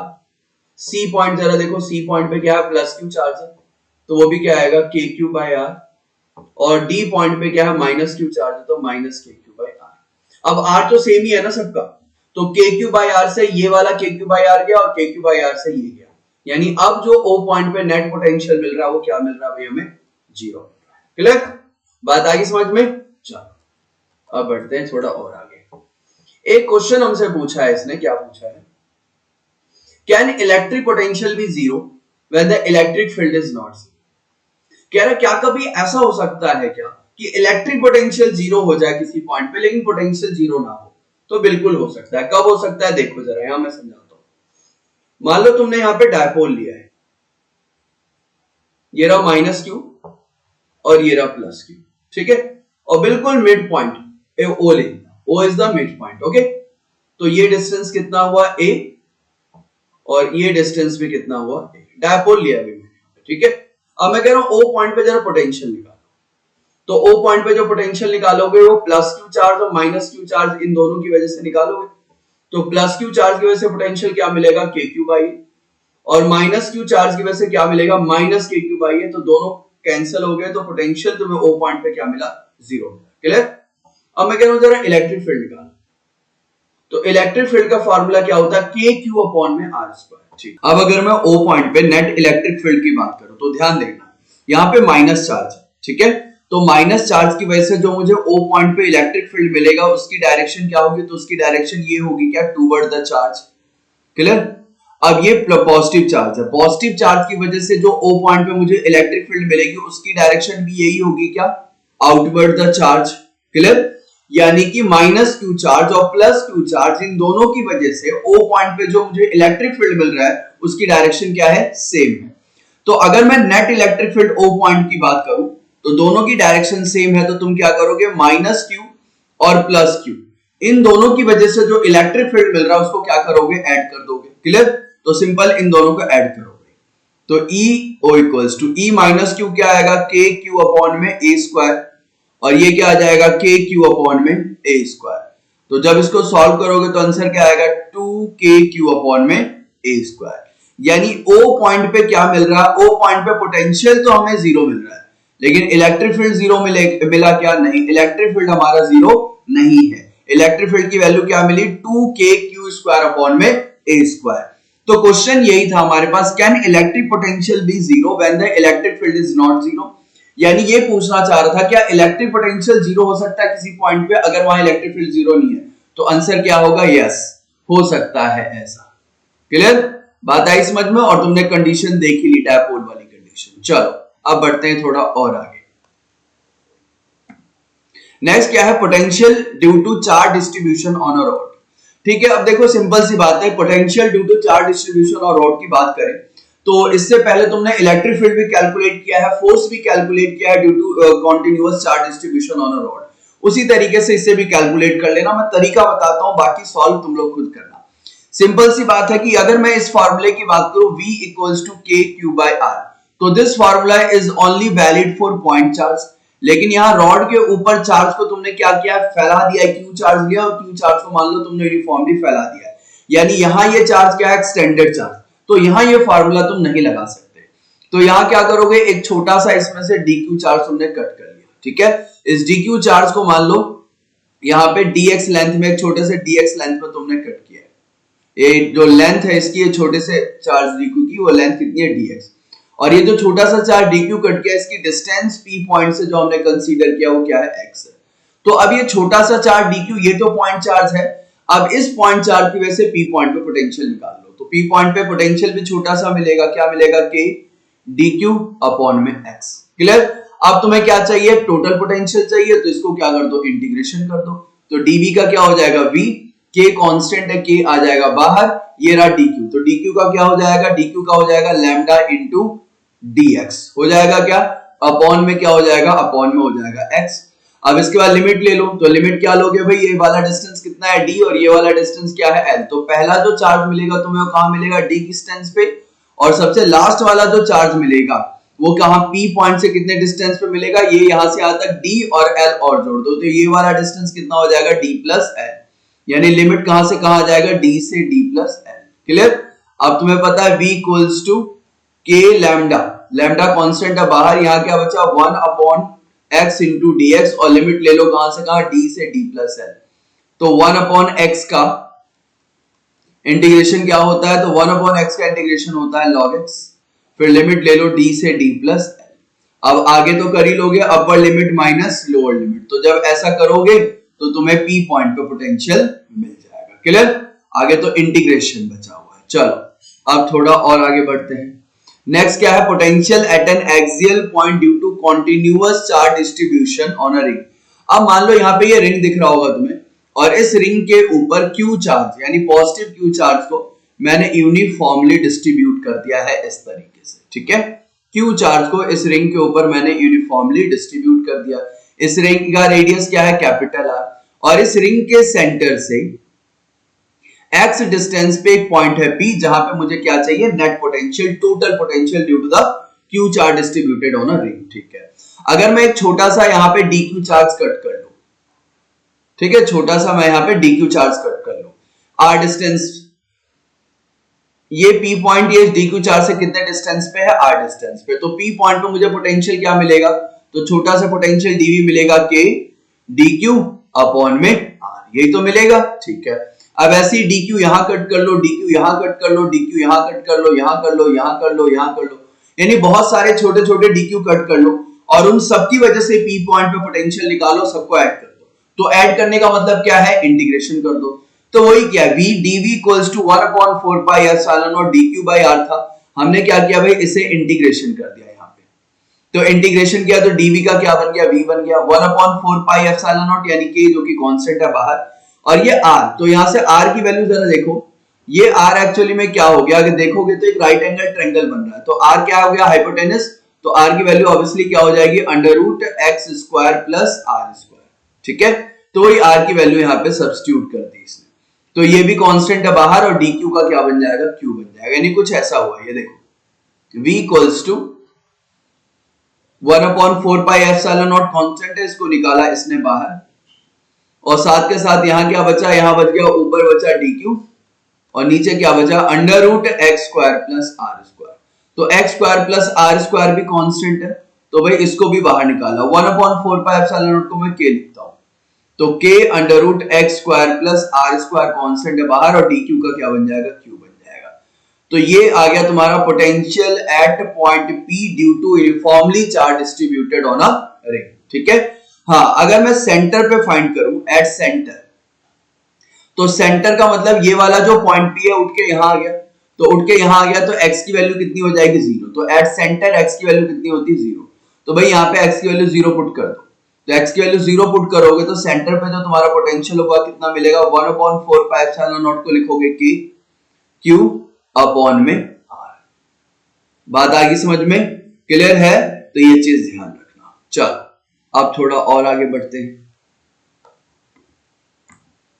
नेक्स्ट आता है तुम्हारा काफी इंपॉर्टेंट टॉपिक है ये, relation between electric field and potential. देखो, इलेक्ट्रिक फील्ड और पोटेंशियल के बीच में एक छोटा सा रिलेशन होता है, वो रिलेशन क्या होता है, रिलेशन ये होता है delta v equals to minus E dot delta r, और e और डेल्टा r दोनों क्या है, वेक्टर क्वांटिटी है, तो e डॉट डेल्टा r को तुम ऐसे भी लिख सकते हो, e delta r cos theta, क्या लिख सकते हो, e delta r cos theta. तो यहाँ थीटा क्या है, theta is the angle between electric field and displacement, वो जो डेल्टा r छोटा सा डिस्प्लेसमेंट होगा उसके बीच का और इलेक्ट्रिक फील्ड के बीच का जो एंगल है वो क्या है, यहाँ पे थीटा है। तो ये रिलेशन तुम्हें ध्यान रखना है, delta v equals to e dot delta r। अच्छा, अगर डेल्टा v का सिर्फ मैग्नीट्यूड की बात करें तो तुम इसको ऐसे भी लिख सकते हो, e डॉट डेल्टा r। ठीक है, चलो अब एक बात यहाँ पे ध्यान समझना, potential is always decreases in the direction of electric field. मान लो इलेक्ट्रिक फील्ड की डायरेक्शन ये है, इलेक्ट्रिक फील्ड हमारा इस डायरेक्शन में है, ठीक है। अब मैंने तुम्हें यहाँ पे कुछ पॉइंट्स दिए A, यहाँ पे कोई पॉइंट दे दिया B और यहाँ पे कोई पॉइंट दे दिया C। तो A point, B point, C point, ये 3 पॉइंट है, तो तीनों पॉइंट पे इलेक्ट्रिक फील्ड क्या मिलेगा, मुझे सेम मिलेगा, यानी जितना इलेक्ट्रिक फील्ड मुझे A पॉइंट पे मिलेगा उतना ही B पे मिलेगा और उतना ही C पॉइंट पे मिलेगा। क्यों मिलेगा, इसलिए मिलेगा क्योंकि इलेक्ट्रिक फील्ड यूनिफॉर्म है, और यूनिफॉर्म इलेक्ट्रिक फील्ड की खासियत यही होती है कि इलेक्ट्रिक फील्ड स्ट्रेंथ और इलेक्ट्रिक फील्ड की डायरेक्शन हर एक जगह क्या होती है, सेम होती है, ठीक है। लेकिन अगर मैं पोटेंशियल की बात करूं तो पोटेंशियल देखो तुम्हारा क्या होगा, जिस डायरेक्शन में तुम्हारा इलेक्ट्रिक फील्ड होता है उस डायरेक्शन में तुम्हारा पोटेंशियल डिक्रीज होता है। तो पोटेंशियल A पॉइंट पे, पोटेंशियल B पॉइंट पे और पोटेंशियल ये C पॉइंट पे, इन तीनों में से सबसे ज्यादा पोटेंशियल कहां मिलेगा तुम्हें, A पॉइंट पे सबसे ज्यादा पोटेंशियल मिलेगा, फिर B पे मिलेगा और फिर C पे मिलेगा। यानी जिस डायरेक्शन में तुम्हारा इलेक्ट्रिक फील्ड होता है उस डायरेक्शन में तुम्हारा पोटेंशियल डिक्रीज होता है, इसीलिए यहाँ पे साइन भी क्या लगा है, नेगेटिव। यहां देखो ऊपर, ठीक है, इसलिए यहाँ पे साइन भी क्या लगा है, नेगेटिव, यानी delta V equals to minus E dot delta r। तो नेगेटिव साइन क्या रिप्रेजेंट कर रहा है कि भाई जो तुम्हारा पोटेंशियल डिफरेंस है, पोटेंशियल है, वो डिक्रीज करता है in the direction of electric field. ये चीज ध्यान रखना। क्लियर? ओके, अब एक और बात मुझे ध्यान से समझ के मुझे बताना है। यहाँ पे मान लो मैंने कहा एक पॉइंट है ये, और बिल्कुल जस्ट इसी के नीचे यहाँ पे एक दूसरा पॉइंट मैंने लिया है बी। ठीक है, ए और ये दूसरा पॉइंट क्या है, बी है। तो ए पॉइंट और बी पॉइंट का पोटेंशियल डिफरेंस कितना होगा? मैं तुमसे ये पूछ रहा हूं, ए पॉइंट और बी पॉइंट का पोटेंशियल डिफरेंस कितना होगा? ठीक है, तो अगर तुमसे पोटेंशियल डिफरेंस पूछा जा रहा है तो पोटेंशियल डिफरेंस का फॉर्मूला क्या होता है? Delta V equals to E dot delta R, यही तो होता है भाई। हाँ, अगर तुम यहां से डॉट हटाते हो तो क्या लगता है? ई delta R cos theta. Cos theta is the angle between E and delta R. तो इलेक्ट्रिक फील्ड की डायरेक्शन ये है क्या? ये this is the direction of electric field, और तुम ए से बी की तरफ जा रहे हो। तुम्हें पोटेंशियल डिफरेंस कहां से कहां निकालना है? ए से बी। तो इनिशियल पॉइंट है ए, फाइनल पॉइंट है बी। ठीक है, तो तुम ए से बी की तरफ जा रहे हो, यानी डेल्टा आर जो है तुम्हारा वो इस डायरेक्शन में है क्या? नीचे की तरफ है। तो डेल्टा आर तुम्हारा नीचे है और इलेक्ट्रिक फील्ड इधर है, तो दोनों के बीच में एंगल क्या बना? 90। तो अगर तुम ये थीटा की जगह 90 पुट कर दोगे तो बताओ जरा डेल्टा बी क्या आएगा? Delta B equals to minus E delta R cos 90, और कॉस 90 की वैल्यू क्या होती है? 0। तो डेल्टा बी इक्वल्स टू क्या आया? 0। क्लियर? यानी कि जो चेंज इन पोटेंशियल या पोटेंशियल डिफरेंस है 0 है। कब कब कब? जब दोनों के दोनों पॉइंट सेम ही लाइन पे इस तरीके से लाई करें। क्लियर? तो अगर पोटेंशियल डिफरेंस सेम है, इसका मतलब पोटेंशियल डिफरेंस 0 है, यानी कि उनके बीच का जो पोटेंशियल उसमें कोई डिफरेंस ही नहीं है। इसका मतलब यह है कि जितना पोटेंशियल ए पॉइंट पे है उतना ही पोटेंशियल बी पॉइंट पे है। तो ये चीज ध्यान रखना कि अगर इलेक्ट्रिक फील्ड लाइन इस तरीके से है, और मान लो मैंने तुम्हें कहा कि मान लो कोई ट्रायंगल है, कोई ऐसा एक ट्रायंगल है, ठीक है, और मैं कह रहा हूं एक पॉइंट है ए, दूसरा पॉइंट है बी और तीसरा पॉइंट है सी, और मैं तुमसे कह रहा हूं find the potential difference between point A and C. B A C पूछ रहा हूं तुम, तो ध्यान रखना क्योंकि potential at point C equal होगा पोटेंशियल एट पॉइंट बी। क्यों? क्योंकि दोनों बिल्कुल देखो सेम लाइन पे, इसको कहते हैं इक्विपोटेंशियल सरफेस, सेम पोटेंशियल वाला सरफेस। बी और सी पॉइंट का पोटेंशियल क्या होगा? सेम, क्योंकि अभी तुमने देखा ना यहाँ पे ए और बी का पोटेंशियल क्या होता है? सेम होता है, दोनों सेम लाइन पे लाई कर रहे हैं। तो बी और सी पॉइंट का पोटेंशियल क्या होगा? सेम होगा। तो तुम चाहो तो बी ए सी निकालने के बजाय बी ए बी भी निकाल दो, क्योंकि जितना पोटेंशियल सी का है उतना ही पोटेंशियल किसका है? बी का है। तो potential difference between point A C is equal to potential difference between point A B. Clear? बात आई समझ में? तो इस तरीके से भी तुम क्वेश्चन को सॉल्व कर सकते हो। तो ये चीज ध्यान रखना, ये छोटी छोटी बातें थी। अब थोड़ा और आगे बढ़ते हैं और मैं तुम्हें एक क्वेश्चन देता हूं सॉल्व करने के लिए। मान लो मैंने कहा कि इलेक्ट्रिक फील्ड इस डायरेक्शन में है, इस तरीके से है इलेक्ट्रिक फील्ड, और यहां से इलेक्ट्रिक फील्ड की जो वैल्यू है कितनी है? 10 न्यूटन पर कूलम। मैंने कहा एक पॉइंट है यहां पे और दूसरा पॉइंट है यहां पे बी पॉइंट, और इन दोनों पॉइंट के बीच का जो डिस्टेंस है वो कितना है? 2 मीटर का डिस्टेंस है। क्लियर? दोनों पॉइंट के बीच का जो डिस्टेंस है वो कितने का है? 2 मीटर का डिस्टेंस है। तो ये है V A potential at point A, और ये है B B potential at point B. ठीक है, अब मैं तुमसे पूछ रहा हूं find the potential difference of A C, यानी ए से सी पे जा रहे हो तो तुम्हें कितना पोटेंशियल मिलेगा। ठीक है, तो ए से बी जा रहे हो तुम्हें कितना पोटेंशियल मिलेगा? तो फाइनल पॉइंट क्या है? बी। इनिशियल पॉइंट कितना है? ए। जिसे तुम चाहो तो डेल्टा बी भी लिख सकते हो, और डेल्टा बी क्या होता है? ई डॉट डेल्टा आर होता है क्या? अब जिस डायरेक्शन में तुम्हारा ई है उसी डायरेक्शन में तुम्हारा डेल्टा आर है क्या? डेल्टा आर भी इसी डायरेक्शन में है। देखो तुम ए से बी की तरफ जा रहे हो तो तुम्हारा जो डिस्प्लेसमेंट है वो भी उसी डायरेक्शन में जिस डायरेक्शन में इलेक्ट्रिक फील्ड है, तो ऑब्वियसली तुम्हारा थीटा कितना हो जाएगा? 0। तो जिस डायरेक्शन में तुम्हारा डिस्प्लेसमेंट है उसी डायरेक्शन में इलेक्ट्रिक फील्ड है, तो तुम्हारा थीटा हो जाएगा 0, यानी ई डेल्टा आर कॉस 0। कॉस 0 की वैल्यू कितनी होती है? 1 होती है। तो तुम सीधा सीधा ई और डेल्टा आर को मल्टीप्लाई करते हो विद अ नेगेटिव साइन, तो निकाल दो भाई पोटेंशियल डिफरेंस क्या आएगा? Minus E delta r. E की वैल्यू कितनी है? 10, और डेल्टा आर तुम्हारा कितना है? 2, यानी कि माइनस 20 वोल्ट। बात आई क्या समझ में? यानी ए और बी के बीच का जो पोटेंशियल डिफरेंस है वो कितने का है? 20 वोल्ट का है। ठीक है, अब एक बात और समझो। मान लो मैंने कहा, या चलो एक और क्वेश्चन अलग से लेते हैं, तो समझ में आ गया पोटेंशियल डिफरेंस कैसे निकालेंगे? आप ध्यान से समझना क्या है। जैसे मान लो इलेक्ट्रिक फील्ड है इस डायरेक्शन में, इसकी वैल्यू वही मान लो 10 न्यूटन पर कूलम, ठीक है, इतनी इलेक्ट्रिक फील्ड है। मैंने कहा ये कोई पॉइंट है ए और ये कोई दूसरा पॉइंट है बी।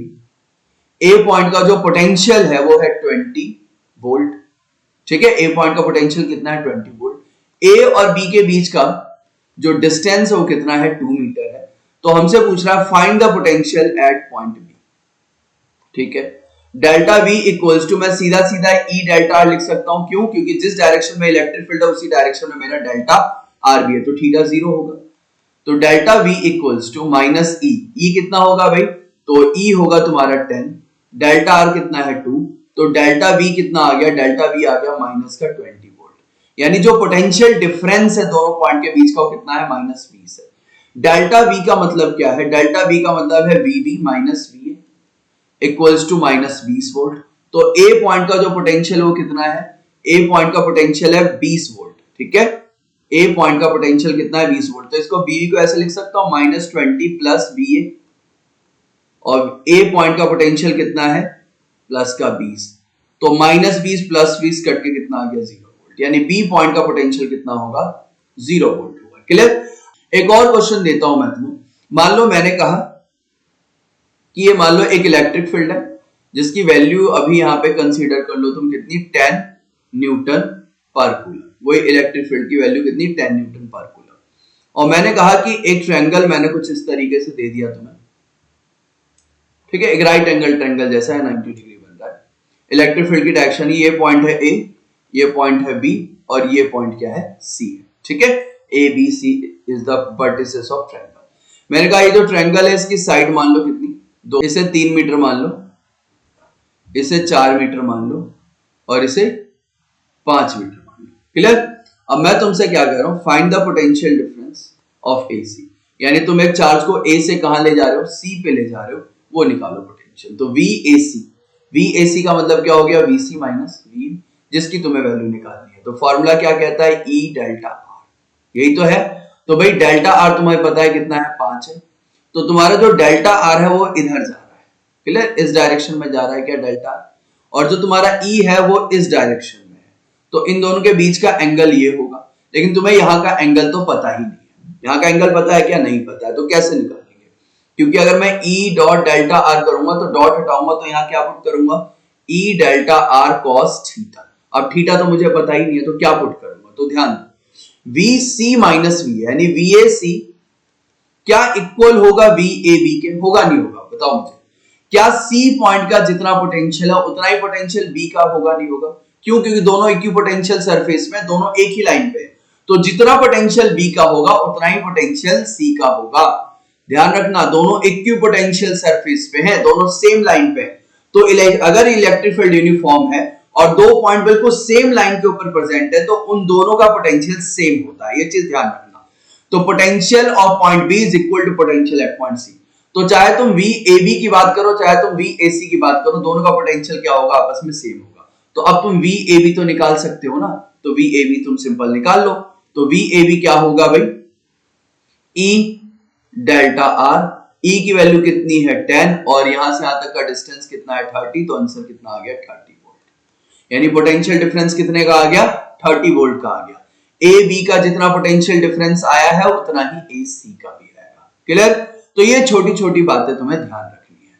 चलो यहाँ पे माइनस 30 वोल्ट होगा, ध्यान रखना है। ठीक है? क्लियर है? चलो अब बढ़ते हैं थोड़ा और आगे। नेक्स्ट हमारा कि when field is non uniform. अभी तक जितने भी क्वेश्चन हमने करे ना, जो रिलेशन अभी पढ़ा delta V equals to minus E dot delta R, उसमें हमारा इलेक्ट्रिक फील्ड क्या था? यूनिफॉर्म था। अब अगर इलेक्ट्रिक फील्ड नॉन यूनिफॉर्म आ गया, यानी कि मान लो कुछ इस तरीके से आ जाए भाई हमारा इलेक्ट्रिक फील्ड, तो ये कैसा फील्ड दिख रहा है तुम्हें? नॉन यूनिफॉर्म फील्ड दिख रहा है। क्यों? क्योंकि direction of electric field at each point is different and strength is also different. Direction और स्ट्रेंथ जो है हर एक पॉइंट पे हमें डिफरेंट मिल रहा है। तो ये कैसा फील्ड है? ये नॉन यूनिफॉर्म फील्ड है। तो अगर हमारे पास नॉन यूनिफॉर्म फील्ड होगा तो डेल्टा V और E में क्या रिलेशन होगा? सिंपल सी बात है भाई, यहां पे सिंपल इंटीग्रेशन करना होता है। यानी delta V equals to E dot dl या dr कुछ भी ले लो, उसका क्या कर दो? इंटीग्रेशन। कहां से कहां? इनिशियल से फाइनल पॉइंट।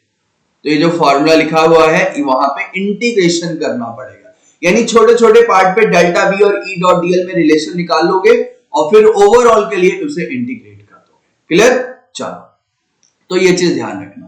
और ये फॉर्मूला ना नॉन यूनिफॉर्म के लिए क्या तुम यूनिफॉर्म के लिए भी लगा सकते हो, ऐसा कोई जरूरी नहीं है। वहां पे ई डॉट डीएल में अगर ई कांस्टेंट हुआ तो बाहर हो जाएगा। अब अगर ई यूनिफॉर्म नहीं है, मान लो ई की अगर मैं बात करूं, इलेक्ट्रिक फील्ड जो है मेरा एक्स डायरेक्शन में भी है, वाई डायरेक्शन में भी है और जेड डायरेक्शन में भी है, तीनों डायरेक्शन में है, ठीक है।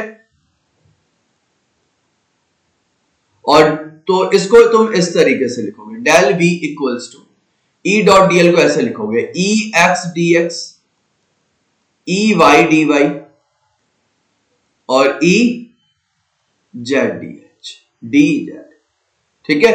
अब इसमें ले लेना x में वो कहां से कहां तक गया है, x1 से x2, y में कहां से कहां तक है, y1 से y2 और z में कहां से कहां तक है, z1 से z2। तो इस तरीके से करोगे क्योंकि इलेक्ट्रिक फील्ड नॉन यूनिफॉर्म है, तो x डायरेक्शन में भी इलेक्ट्रिक फील्ड होगा, y में भी हो सकता है और z में भी हो सकता है, ठीक है। तो तीनों डायरेक्शन के इलेक्ट्रिक फील्ड को उस डायरेक्शन का जो डिस्प्लेसमेंट होगा dx या dy dz, उसके रिस्पेक्ट में अलग अलग इंटीग्रेट करके सबको ऐड करोगे। क्लियर? चलो, अब एक क्वेश्चन कर रहे हैं इसके ऊपर, फिर और अच्छे से समझ में आ जाएगा। ये क्वेश्चन क्या है, ध्यान से समझना। क्वेश्चन कह रहा है if E equals to 2x plus 3y plus 4z find delta V between this point and this point. ठीक है भाई, अब जरा ध्यान देखो, ये कैसी इलेक्ट्रिक फील्ड है, तो ये नॉन यूनिफॉर्म इलेक्ट्रिक फील्ड है। नॉन यूनिफॉर्म क्यों है, मैं क्यों कह रहा हूं इसे नॉन यूनिफॉर्म, इसलिए कह रहा हूं क्योंकि देखो ये x के ऊपर डिपेंड कर रहा है, y के ऊपर डिपेंड कर रहा है, z के ऊपर डिपेंड कर रहा है। तो अगर मैंने x की वैल्यू 1 पुट कर दी तो इलेक्ट्रिक फील्ड कुछ और मिलेगा मुझे, 2 into 1 यानी x डायरेक्शन में जो इलेक्ट्रिक फील्ड मिलेगा 2 मिलेगा। अगर मैंने x की वैल्यू 2 पुट करी तो इलेक्ट्रिक फील्ड 2 into 2 4 हो जाएगा x वाला कंपोनेंट। अगर 3 पुट करूंगा तो 2 into 3 6 हो जाएगा, यानी कि जैसे जैसे डिस्टेंस बढ़ रहा है ना, मेरा इलेक्ट्रिक फील्ड भी चेंज हो रहा है। तो इलेक्ट्रिक फील्ड कांस्टेंट तो नहीं है ना, तो इलेक्ट्रिक फील्ड कांस्टेंट नहीं है, यानी कि वो क्या हो गया, नॉन यूनिफॉर्म हो गया। क्लियर? अब नॉन यूनिफॉर्म फील्ड है तो उसका उस इलेक्ट्रिक फील्ड का कुछ पार्ट x का भी है, y का भी है और कुछ पार्ट z में भी है, तीनों डायरेक्शन में तुम्हारा है।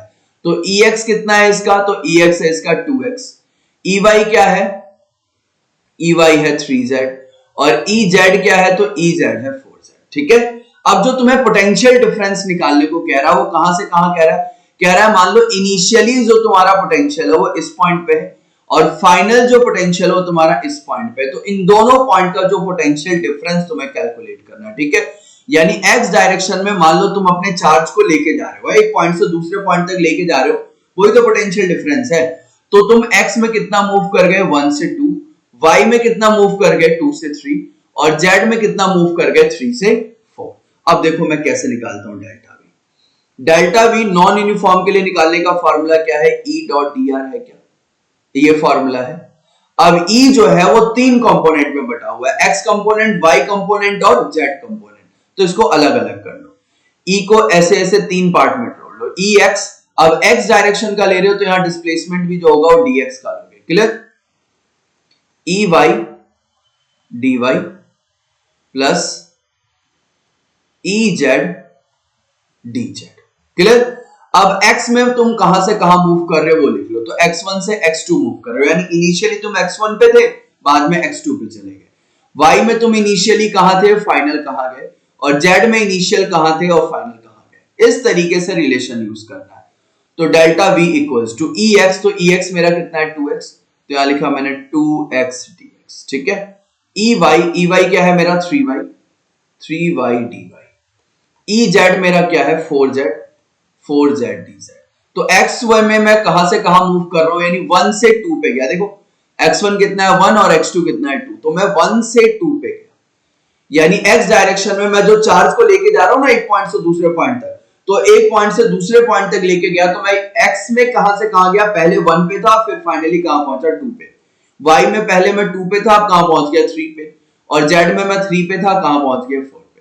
अब सिंपल इंटीग्रेशन करके सॉल्व कर लो, तो 2 कांस्टेंट है बाहर, x का इंटीग्रेशन क्या होगा x स्क्वायर बाई 2 लिमिट 1 से 2, 3 कांस्टेंट है बाहर, y का इंटीग्रेशन क्या होगा y स्क्वायर बाई 2 लिमिट कहां 2 से 3, 4 कांस्टेंट है 4 बाहर, z का क्या हो जाएगा z स्क्वायर बाई 2। ठीक है, लिमिट कहां से कहां 3 से 4। अब आगे तो तुम कर ही लोगे, upper limit minus lower limit, simple है, इसको सॉल्व करोगे तुम्हें क्या मिल जाएगा, आंसर मिल जाएगा। क्लियर है, तो आगे हो जाएगा सॉल्व। तो इसका इंटीग्रेशन करके जो भी वैल्यू आएगी वो वैल्यू तुम्हें किसकी मिल जाएगी, डेल्टा v की वैल्यू मिल जाएगी। यानी मान लो ये पॉइंट ए है, एक सेकेंड, मान लो ये वाला जो पॉइंट है, ये जो पॉइंट है उसको ए मान लो और ये जो पॉइंट है उसे बी मान लो। तो डेल्टा वी एक्चुअली में तुम्हारा क्या है, डेल्टा वी तुम्हारा वी माइनस वी। ठीक है, तो यहां से डेल्टा वी की वैल्यू निकाल लोगे, वो एक्चुअली में क्या होगा, वी माइनस वी है। अच्छा, हो सकता हो कहेगा 1 2 3 जो पॉइंट है उसका पोटेंशियल 10 वोल्ट है, कुछ ऐसा है, तो दूसरे पॉइंट का पोटेंशियल निकालो। तो वी माइनस वी में जिसकी भी वैल्यू वो देगा उस पॉइंट पे, जैसे वी की वैल्यू गिवन है, वी की वैल्यू यहां रख देंगे और दूसरी साइड भेज देंगे, वी की वैल्यू भी आ जाएगी। क्लियर। अब देखो यहाँ पे एक और क्वेश्चन क्या दिया, इसको भी समझो। ये कह रहा है if V equals to this calculate the 3 component of electric field at point this. यानी इस क्वेश्चन में उल्टा है, इस क्वेश्चन में तुम्हें V दिया हुआ है, तुमसे E पूछ रहा है। अच्छा, इससे पहले वाला जो तुमने ये क्वेश्चन किया था, इस क्वेश्चन में क्या दिया हुआ था, E दिया हुआ था। क्या, ध्यान से देखो, E equals to 2x plus 3y plus 4z, और तुमसे पूछा था डेल्टा V। अब इस अभी जो क्वेश्चन है उसके अंदर V दिया हुआ है और तुमसे E पूछ रहा है। चलो उसको भी सॉल्व करने का तरीका समझते हैं। तो अगर तुम्हें क्या गिवन हो, V गिवन हो और तुमसे क्या पूछे, E पूछे, क्या पूछ रहा है कि भैया E फाइंड करो, तो उसका तरीका क्या है उसको भी समझो। अगर मैं यहां पे कहूं dv equals to minus E dot D R, होता है क्या, तो E इक्वल्स टू क्या लिख सकता हूं, मैं लिख सकता हूं माइनस डी वी अपॉन में डी आर। यानी कि अगर तुम पोटेंशियल को with respect to distance differentiate कर देते हो तो तुम्हें क्या मिल जाएगा, इलेक्ट्रिक फील्ड मिल जाएगा। ठीक है, अगर तुम E को with respect to distance integrate कर देते हो तो तुम्हें क्या मिल जाएगा, डेल्टा V मिल जाएगा। तो ये चीज ध्यान रखना, अगर तुम्हें E गिवन है और तुमसे डेल्टा V पूछ रहा है तो इंटीग्रेशन कर दो E का with respect to D R, और अगर तुम्हें V दिया हुआ है और तुमसे E पूछ रहा है तो उसे क्या कर दो, डिफरेंशिएट कर दो। तो E equals to dv upon में dr करना है। अब E में भी x डायरेक्शन का कंपोनेंट होगा, y डायरेक्शन का कंपोनेंट होगा और z डायरेक्शन का कंपोनेंट होगा। तो अगर तुम्हें Ex निकालना है तो V को पार्शियल डिफरेंशिएट कर दो विद रिस्पेक्ट टू x। अगर तुम्हें Ey निकालना है तो इसको पार्शियल डिफरेंशिएट कर दो विद रिस्पेक्ट टू y। और अगर तुम्हें Z निकालना है, इलेक्ट्रिक फील्ड इन Z डायरेक्शन, तो इसे पार्शियली डिफरेंशिएट कर दो विद रिस्पेक्ट टू Z। तो ये तुम्हें मिल जाएंगे इलेक्ट्रिक फील्ड के तीनों डायरेक्शन के component, x axis, y axis और z एक्सिस। क्लियर। अब आओ अपने क्वेश्चन पे। हाँ, ऑब्वियसली माइनस साइन होगा यहाँ पे, ध्यान रखना, ये equals to minus dv by dr होता है तो माइनस साइन तो होगा। अब आते हैं क्वेश्चन पे। अब इस क्वेश्चन ने क्या कहा है, इस क्वेश्चन ने कहा है v की वैल्यू इतनी दी हुई है 10x square plus 5y square minus 3z square. हमसे क्या कह रहा है, calculate the 3 component of electric field at this point. तो 3 कंपोनेंट ऑफ इलेक्ट्रिक फील्ड का मतलब क्या है, ये लिखा हुआ ना 3 कंपोनेंट ऑफ इलेक्ट्रिक फील्ड, इसका मतलब है तुमसे Ex पूछ रहा है, वो Ey पूछ रहा है और Ez पूछ रहा है। कहां पे, -1 2 3। ठीक है भाई, एक एक करके निकालते हैं। तो Ex क्या होगा, partial differentiate of v with respect to x करो। तो यहां पूरा कंपोनेंट लिख दो v का पूरा इक्वेशन लिख दो, -3z स्क्वायर अपॉन में dx। तो पार्शियली डिफरेंशिएट जब हम करते हैं, तो अगर मान लो पार्शियल डिफरेंशिएट तुम विद रिस्पेक्ट टू x कर रहे हो तो सिर्फ x वाले टर्म को डिफरेंशिएट करना है, x वाले टर्म को डिफरेंशिएट करना, उसके अलावा जितने भी टर्म होंगे y z उनको कांस्टेंट मानना है। ठीक है, तो 10x स्क्वायर को डिफरेंशिएट करो, क्या आ जाएगा, 20x आ जाएगा, और y और z को कांस्टेंट मानना है, तो ये कांस्टेंट मानोगे तो इनको डिफरेंशिएट करोगे, 5y स्क्वायर या -3z स्क्वायर, ये क्या आएगा, 0। तो ex कितना आ गया, 20x आ गया। और हमें पता है ex equal to minus dp by dx होता है, तो यहाँ साइन क्या लगेगा, माइनस लगेगा, यानी -20x। और x की वैल्यू कितनी पुट करनी है, -1। यानी इसने हमसे जो 3 कंपोनेंट ऑफ इलेक्ट्रिक फील्ड पूछा है वो कहां पूछा है, -1 2 और 3। तो ये हुई x की वैल्यू, ये हुई y की वैल्यू और ये हुई z की वैल्यू। तो x की वैल्यू पुट कर दो यहाँ पे, इलेक्ट्रिक फील्ड की यूनिट क्या हो जाएगी, न्यूटन पर। क्लियर। इसी तरीके से Ey निकालो, तो Ey के लिए क्या करोगे, partial differentiate of v with respect to y। लिखो यहाँ पे d 10x² plus 5y² minus 3z² upon में dy। इसको आराम से सॉल्व करो। तो जब तुम y के रिस्पेक्ट में पार्शियली डिफरेंशिएट कर रहे हो तो x और z को कांस्टेंट मान लो। तो 10x² को डिफरेंशिएट करोगे तो 0 हो जाएगा क्योंकि ये कांस्टेंट हो गया। 5y² को करोगे तो क्या आ जाएगा, 10y हो जाएगा, और माइनस साइन लगाएंगे क्योंकि इक्वल्स टू माइनस dv/dx होता है। अब y की वैल्यू कितनी है, 2, तो 10 इंटू 2 इसका कितना आ गया, -20 न्यूटन पर। क्लियर। अब ऐसे ही Ez निकाल दो, तो Ez क्या आएगा, -dv अपॉन में dz। करो भाई इसे भी, 10x² plus 5y² minus 3z² upon में dz। तो जब तुम यहाँ पे z के रिस्पेक्ट में इसको पार्शियली डिफरेंशिएट कर रहे हो तो x और y वाले टर्म क्या हो जाएंगे, 0, क्योंकि कांस्टेंट है तो इनका डेरिवेटिव 0 आएगा। माइनस 3z² का करोगे तो क्या आएगा, -6z, और बाहर भी माइनस है तो ये क्या बन जाएगा, प्लस का 6z, और z की वैल्यू कितनी है, 3, तो 6 इंटू 3 कितना आ गया, 18 न्यूटन पर। तो ये तीनों कंपोनेंट हमने निकाल लिया, x, y और z। तो अगर तुमसे पूछ रहा है नेट इलेक्ट्रिक फील्ड तो इसको ऐसे लिखोगे, -20i, सॉरी पहला है प्लस का 20i, दूसरा है -20j, और ये बन जाएगा +18k, +18k। Clear, this is your net electric field. हाँ, अगर इसका मैग्नीट्यूड निकालना है तो मैग्नीट्यूड निकालने तो आएगा ही, √20 का स्क्वायर प्लस √-20 का स्क्वायर प्लस 18 का स्क्वायर, तो ये नेट इलेक्ट्रिक फील्ड तुम्हें मिल जाएगा। क्लियर है, तो ये छोटी छोटी बातें ध्यान रखना। नेक्स्ट आता है हमारा इक्विपोटेंशियल सरफेस क्या होता है। तो देखो, इक्विपोटेंशियल नाम में ही है इक्वल पोटेंशियल, एक ऐसा सरफेस जिस सरफेस पे हर एक जगह हमें पोटेंशियल क्या मिले, एक जैसा मिले, सेम पोटेंशियल मिले, ऐसे सरफेस को हम क्या कहते हैं, इक्विपोटेंशियल सरफेस। यानी फॉर एग्जांपल मैंने कहा कि एक सरफेस है और इस सरफेस का नाम मैंने अगर कहा है कि इक्विपोटेंशियल है, ये सरफेस कैसा है, इक्विपोटेंशियल है, तो इसका मतलब ये है कि इसके किसी भी पॉइंट पे मैं जाऊंगा मुझे हर एक जगह पोटेंशियल क्या मिलेगा, सेम मिलेगा। मैंने कहा ये पॉइंट ए है, ये पॉइंट बी है, ये पॉइंट सी है, तो जितना पोटेंशियल मुझे ए पॉइंट पे मिलेगा उतना ही पोटेंशियल मुझे बी पॉइंट पे मिलेगा और उतना ही पोटेंशियल मुझे सी पॉइंट पे मिलेगा। यानी एक ऐसा सरफेस जिसके हर एक पॉइंट पे पोटेंशियल सेम हो, उस सरफेस को हम क्या कहते हैं, इक्विपोटेंशियल सरफेस। तो अगर हर एक जगह पोटेंशियल सेम है तो पोटेंशियल डिफरेंस कितना होगा, 0 होगा। मान लो मैं चार्ज को ए से बी तक लेके जा रहा हूं, ठीक है, या ए और बी पॉइंट के बीच का पोटेंशियल डिफरेंस पूछ रहा है, तो कितना होगा, 0 होगा ऑब्वियसली। क्यों, क्योंकि दोनों पॉइंट का पोटेंशियल क्या है, सेम है, तो सेम है तो पोटेंशियल डिफरेंस इज 0।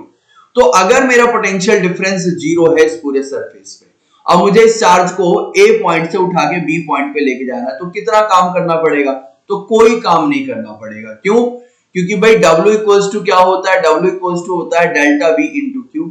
अब डेल्टा V की वैल्यू कितनी है, 0, क्योंकि इक्विपोटेंशियल सरफेस है तो पोटेंशियल डिफरेंस कितना होगा, 0 होगा, तो वर्क भी क्या होगा, 0 होगा। यानी इक्विपोटेंशियल सरफेस के ऊपर चार्ज को एक जगह से दूसरी जगह ले जाने के लिए तुम्हें कोई भी काम करने की जरूरत नहीं है, यानी तुम्हारा वर्क जो आता है वो 0 आता है। क्यों, क्योंकि हर एक जगह पोटेंशियल क्या होता है, सेम होता है। क्लियर, बात आई समझ में। उसके बाद अब एक चीज और ध्यान रखना कि इक्विपोटेंशियल सरफेस के ऊपर जो इलेक्ट्रिक फील्ड होता है वो हमेशा क्या होता है, नॉर्मल टू द सरफेस। अगर मैंने कहा ये इक्विपोटेंशियल सरफेस है तो इलेक्ट्रिक फील्ड हमेशा क्या होगा, इसके नॉर्मल होगा, हमेशा नॉर्मल टू द सरफेस होगा। क्यों, क्योंकि पोटेंशियल डिफरेंस इज 0। अब ये भी मैंने तुम्हें बताया भी, डेल्टा V इक्वल्स टू क्या होता है, E डॉट डेल्टा R, यही होता है क्या। अब मैं कह रहा हूं कि डेल्टा V की वैल्यू है 0, इक्विपोटेंशियल सरफेस के लिए डेल्टा V की वैल्यू क्या होती है, 0। तो डेल्टा V की वैल्यू अगर 0 है तो डेल्टा V की वैल्यू 0 कब हो सकता है, ये तभी हो सकता है जब या तो इलेक्ट्रिक फील्ड 0 हो या डेल्टा R 0 हो, और ये दोनों अगर 0 नहीं है तब 0 कब होगा, ये तभी होगा जब E परपेंडिकुलर हो किसके ऊपर, डेल्टा R के ऊपर। बात आई समझ में। क्योंकि अगर दो वेक्टर एक दूसरे के ऊपर परपेंडिकुलर हैं तो उनका डॉट प्रोडक्ट क्या होता है, जीरो होता है। क्लियर? तो देखो अगर मान लो मैं चार्ज को इस पॉइंट से इस पॉइंट तक ले जा रहा हूं, तो ये मेरा डेल्टा आर और ये मेरा ई, दोनों के बीच में एंगल क्या बना, 90 बना, इसीलिए मेरा पोटेंशियल क्या है, जीरो है, या पोटेंशियल जीरो है, इसलिए मेरा इलेक्ट्रिक फील्ड क्या है, परपेंडिकुलर है। तो ये छोटी छोटी बातें हैं जिसको ध्यान रखना। अब देखो यहां लिखा हुआ है, क्या लिखा है, any surface over which the potential is constant is called equipotential surface. In other words, the potential difference between any two point on an equipotential surface is zero. ये भी पता है। अब क्या कह रहा है, some important properties of equipotential surface क्या है, work done in a moving charge over an equipotential surface is zero, जो अभी हमने समझा। इसके अलावा कुछ और भी प्रॉपर्टीज है, और प्रॉपर्टीज क्या है कि इक्विपोटेंशियल सरफेस जो होती है कभी भी एक दूसरे को इंटरसेक्ट नहीं करती है। जैसे ये वाला पॉइंट देखो last, no two equipotential surface can intersect each other. जैसे मान लो मैंने कहा कि एक मेरे पास ये इक्विपोटेंशियल सरफेस है और ये दूसरा इक्विपोटेंशियल सरफेस है, तो ये दोनों एक दूसरे को कभी भी इंटरसेक्ट नहीं करती है, ये चीज ध्यान रखना। क्लियर? क्योंकि अगर ये इंटरसेक्ट करेगी तो एक ही पॉइंट पे तुम्हें दो इलेक्ट्रिक फील्ड की डायरेक्शन मिल जाएंगी, जो कि पॉसिबल नहीं है। या इसको ऐसे भी समझो, मान लो ये हमारा पहला सरफेस है और ये हमारा दूसरा सरफेस है। क्लियर? पहला सरफेस पूरा का पूरा अपने आप में इक्विपोटेंशियल सरफेस, मान लिया कि इस सरफेस पे हर एक जगह तुम्हें 10 वोल्ट का पोटेंशियल मिल रहा है, और ये दूसरा सरफेस है जिसके हर एक जगह तुम्हें 20 वोल्ट का पोटेंशियल सरफेस मिल रहा है। और अगर ये दोनों एक दूसरे को इंटरसेक्ट करती है तो कॉमन रीजन आ गया।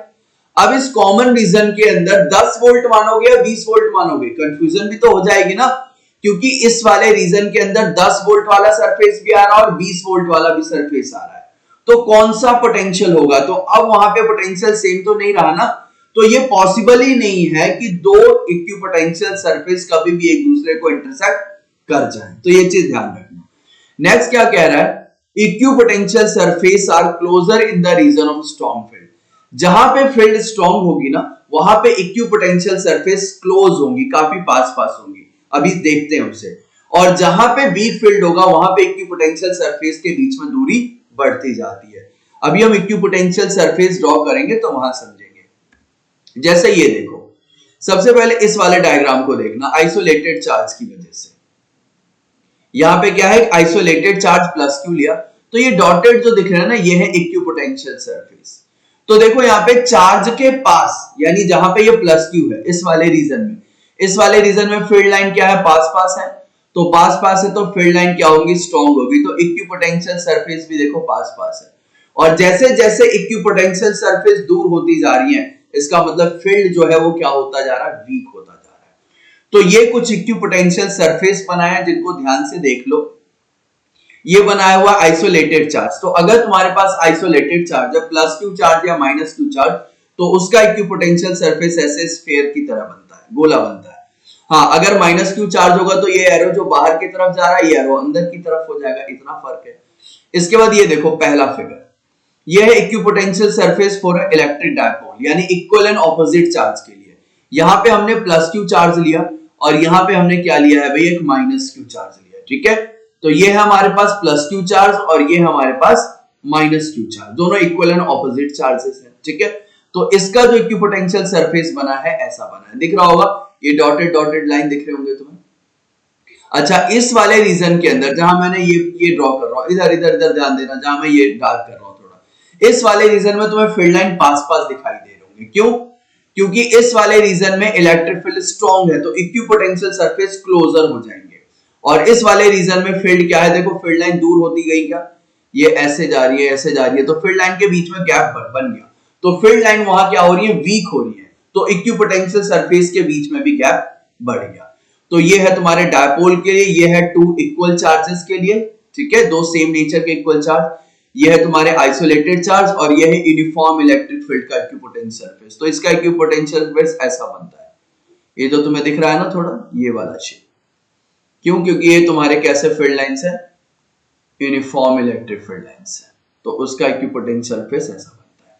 तो इक्विपोटेंशियल सरफेस बनाना तुम्हें आना चाहिए।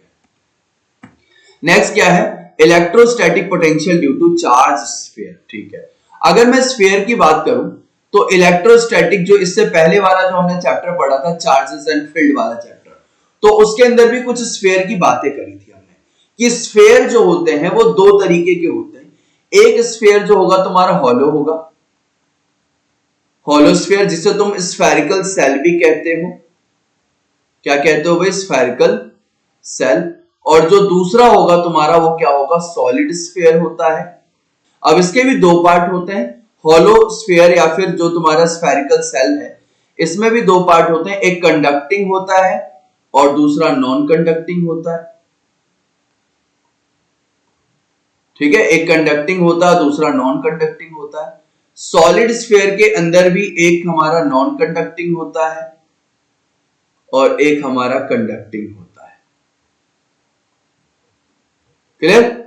अब ध्यान रखना, अगर तुम्हारा हॉलो स्फीयर है, क्या है? हॉलो स्फीयर है, तो हॉलो स्फीयर में चार्ज हमेशा कहां होता है? सरफेस के ऊपर। चार्ज हमेशा कहां जाएगा? स्फीयर के सरफेस के ऊपर जाता है। मैटर नहीं करता कि वो हॉलो स्फीयर जो है कंडक्टिंग है या नॉन कंडक्टिंग है, भैया अंदर वो खाली है, तो चार्ज कहां रिसाइड कर जाता है? उसके सरफेस के ऊपर रिसाइड कर जाता है।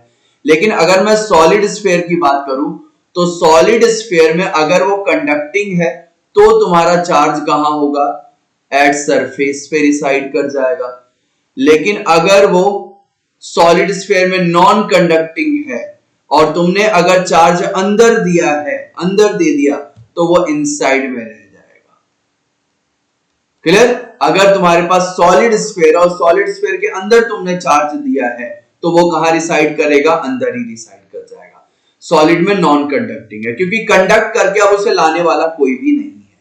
तो ये दो तीन पॉइंट है जो हमने चार्ज एंड फील्ड में भी समझा था और यहां भी हमने फिर से समझ लिया। अब जो हमारा नेक्स्ट टॉपिक है वो यही है।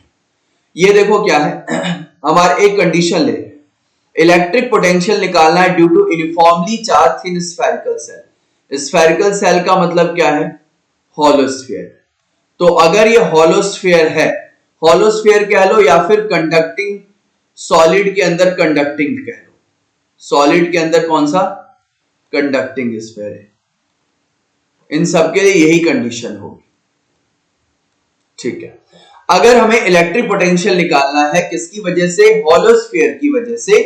हॉलो में चाहे कंडक्टिंग हो, नॉन कंडक्टिंग हो, या सॉलिड के अंदर कंडक्टिंग स्फीयर हो, तो इन सबके अंदर चार्ज तुम्हारा कहां रिसाइड कर रहा है? देखो यहाँ पे तीन डायग्राम बने हुए, तीनों डायग्राम के अंदर तुम्हें चार्ज कहां दिख रहा है? सरफेस पे दिख रहा है। ठीक है, अब तुम्हें पहले डायग्राम के अकॉर्डिंग तुम्हें निकालना है इलेक्ट्रिक पोटेंशियल इस पॉइंट P पे, और पॉइंट P कहां है? इस सर्कल के बाहर है, इस स्फीयर के बाहर है। ठीक है, यानी पहले कंडीशन के अंदर तो जो तुम इलेक्ट्रिक फील्ड जो पोटेंशियल निकाल रहे हो वो आउटसाइड में निकाल रहे हो, बाहर में निकाल रहे हो। तो बाहर अगर P पॉइंट पे तुम्हें पोटेंशियल चाहिए तो उसका फॉर्मूला सिंपल क्या होता है? V equals to KQ/R। ये ध्यान रखना, KQ/R। दूसरे डायग्राम यहां देखो, ये है दूसरा डायग्राम, ये है पहला, ये है दूसरा और इसे तीसरा मान रहा हूं। तो दूसरे में देखो पॉइंट P तुम्हारा कहां आ गया? सरफेस पे आ गया। ठीक है, तो अगर तुम्हें सरफेस पे निकालना है तो उसका तीसरे केस में जो हमारा पॉइंट P है वो अंदर आ गया, इनसाइड आ गया। ठीक है, तो अगर तुम्हें स्फीयर के अंदर पोटेंशियल निकालना है तो क्या होता है? तो ध्यान रखना, अगर मान लो ये स्फीयर है, हॉलो स्फीयर है, तो चार्ज कहां रिसाइड करेगा? इसके सरफेस पे रिसाइड करेगा। तो अंदर जो हमारा पोटेंशियल होता है वो कांस्टेंट होता है। Inside a sphere potential is constant. क्यों? क्योंकि एक स्फीयर के अंदर, हॉलो स्फीयर के अंदर इलेक्ट्रिक फील्ड क्या होता है? जीरो होता है क्या? ठीक है, अगर हमारा इलेक्ट्रिक फील्ड जीरो है, ध्यान समझना, delta V equals to E dot delta R पढ़ा है क्या हमने? अभी अभी पढ़ा ना, relation between electric field and potential, delta V equals to E dot delta R। तो E अगर जीरो पुट कर दोगे तो डेल्टा V की वैल्यू क्या आ जाएगी? जीरो। यानी कहने का मतलब अंदर इलेक्ट्रिक फील्ड जीरो है, तो इलेक्ट्रिक फील्ड जीरो है तो डेल्टा V की वैल्यू क्या होगी? जीरो। डेल्टा V यानी पोटेंशियल डिफरेंस कितना आ गया? जीरो। तो अगर पोटेंशियल डिफरेंस जीरो है तो पोटेंशियल क्या रहेगा? हर एक जगह सेम रहेगा, क्या रहेगा? कांस्टेंट रहेगा। यानी inside the sphere potential remain constant, यानी कि स्फीयर के अंदर पोटेंशियल डिफरेंस जीरो होता है, यानी पोटेंशियल कांस्टेंट होता है। वो कितना होता है? तो अंदर स्फीयर के तुम कहीं भी चले जाओ, उसके पास पोटेंशियल उतना ही मिलेगा जितना तुम्हें सरफेस पे मिल रहा है। यानी पी पॉइंट चाहे यहां ले लो, चाहे यहां ले लो, चाहे यहां ले लो, यहां ले लो, यहां ले लो, यहां ले लो, कहीं भी पी पॉइंट को कंसीडर कर लो, तुम्हें पोटेंशियल कितना मिलेगा, के क्यू बाई आर, उतना ही मिलेगा जितना सरफेस पे मिल रहा था। क्लियर? तो ये बातें ध्यान रखना। तो समझ में आ गया क्या? थिन स्फेरिकल सेल है हमारे पास या हॉलो स्फीयर है, तो चार्ज कहां रिसाइड करेगा, सरफेस पे। तो अगर उस चार्ज की वजह से तुम्हें इलेक्ट्रिक फील्ड कैलकुलेट करना बाहर या अंदर या उसके सरफेस पे, सॉरी इलेक्ट्रिक फील्ड नहीं, पोटेंशियल, इलेक्ट्रिक फील्ड करना तो हमने सीख लिया है। तो अगर तुम्हें पोटेंशियल कैलकुलेट करना है सरफेस के बाहर किसी पॉइंट पी पे, अंदर किसी पॉइंट पी पे या उसके सरफेस पे, तो उसका फॉर्मूला हमने देख लिया। ठीक है, बाहर निकालना तो K Q by small R is the distance of point P from the center, और अगर अंदर निकालना है तो K Q by capital R is the radius, और अगर हमें सरफेस पे ही, सॉरी अगर हमें अंदर निकालना है तो अंदर तो कांस्टेंट ही होता है, कितना, जितना सरफेस पे मिल रहा था। चलो अब नेक्स्ट एक ग्राफ बनाया हमने यहाँ पे, इस ग्राफ को भी समझ लो, काफी इजी ग्राफ है ये।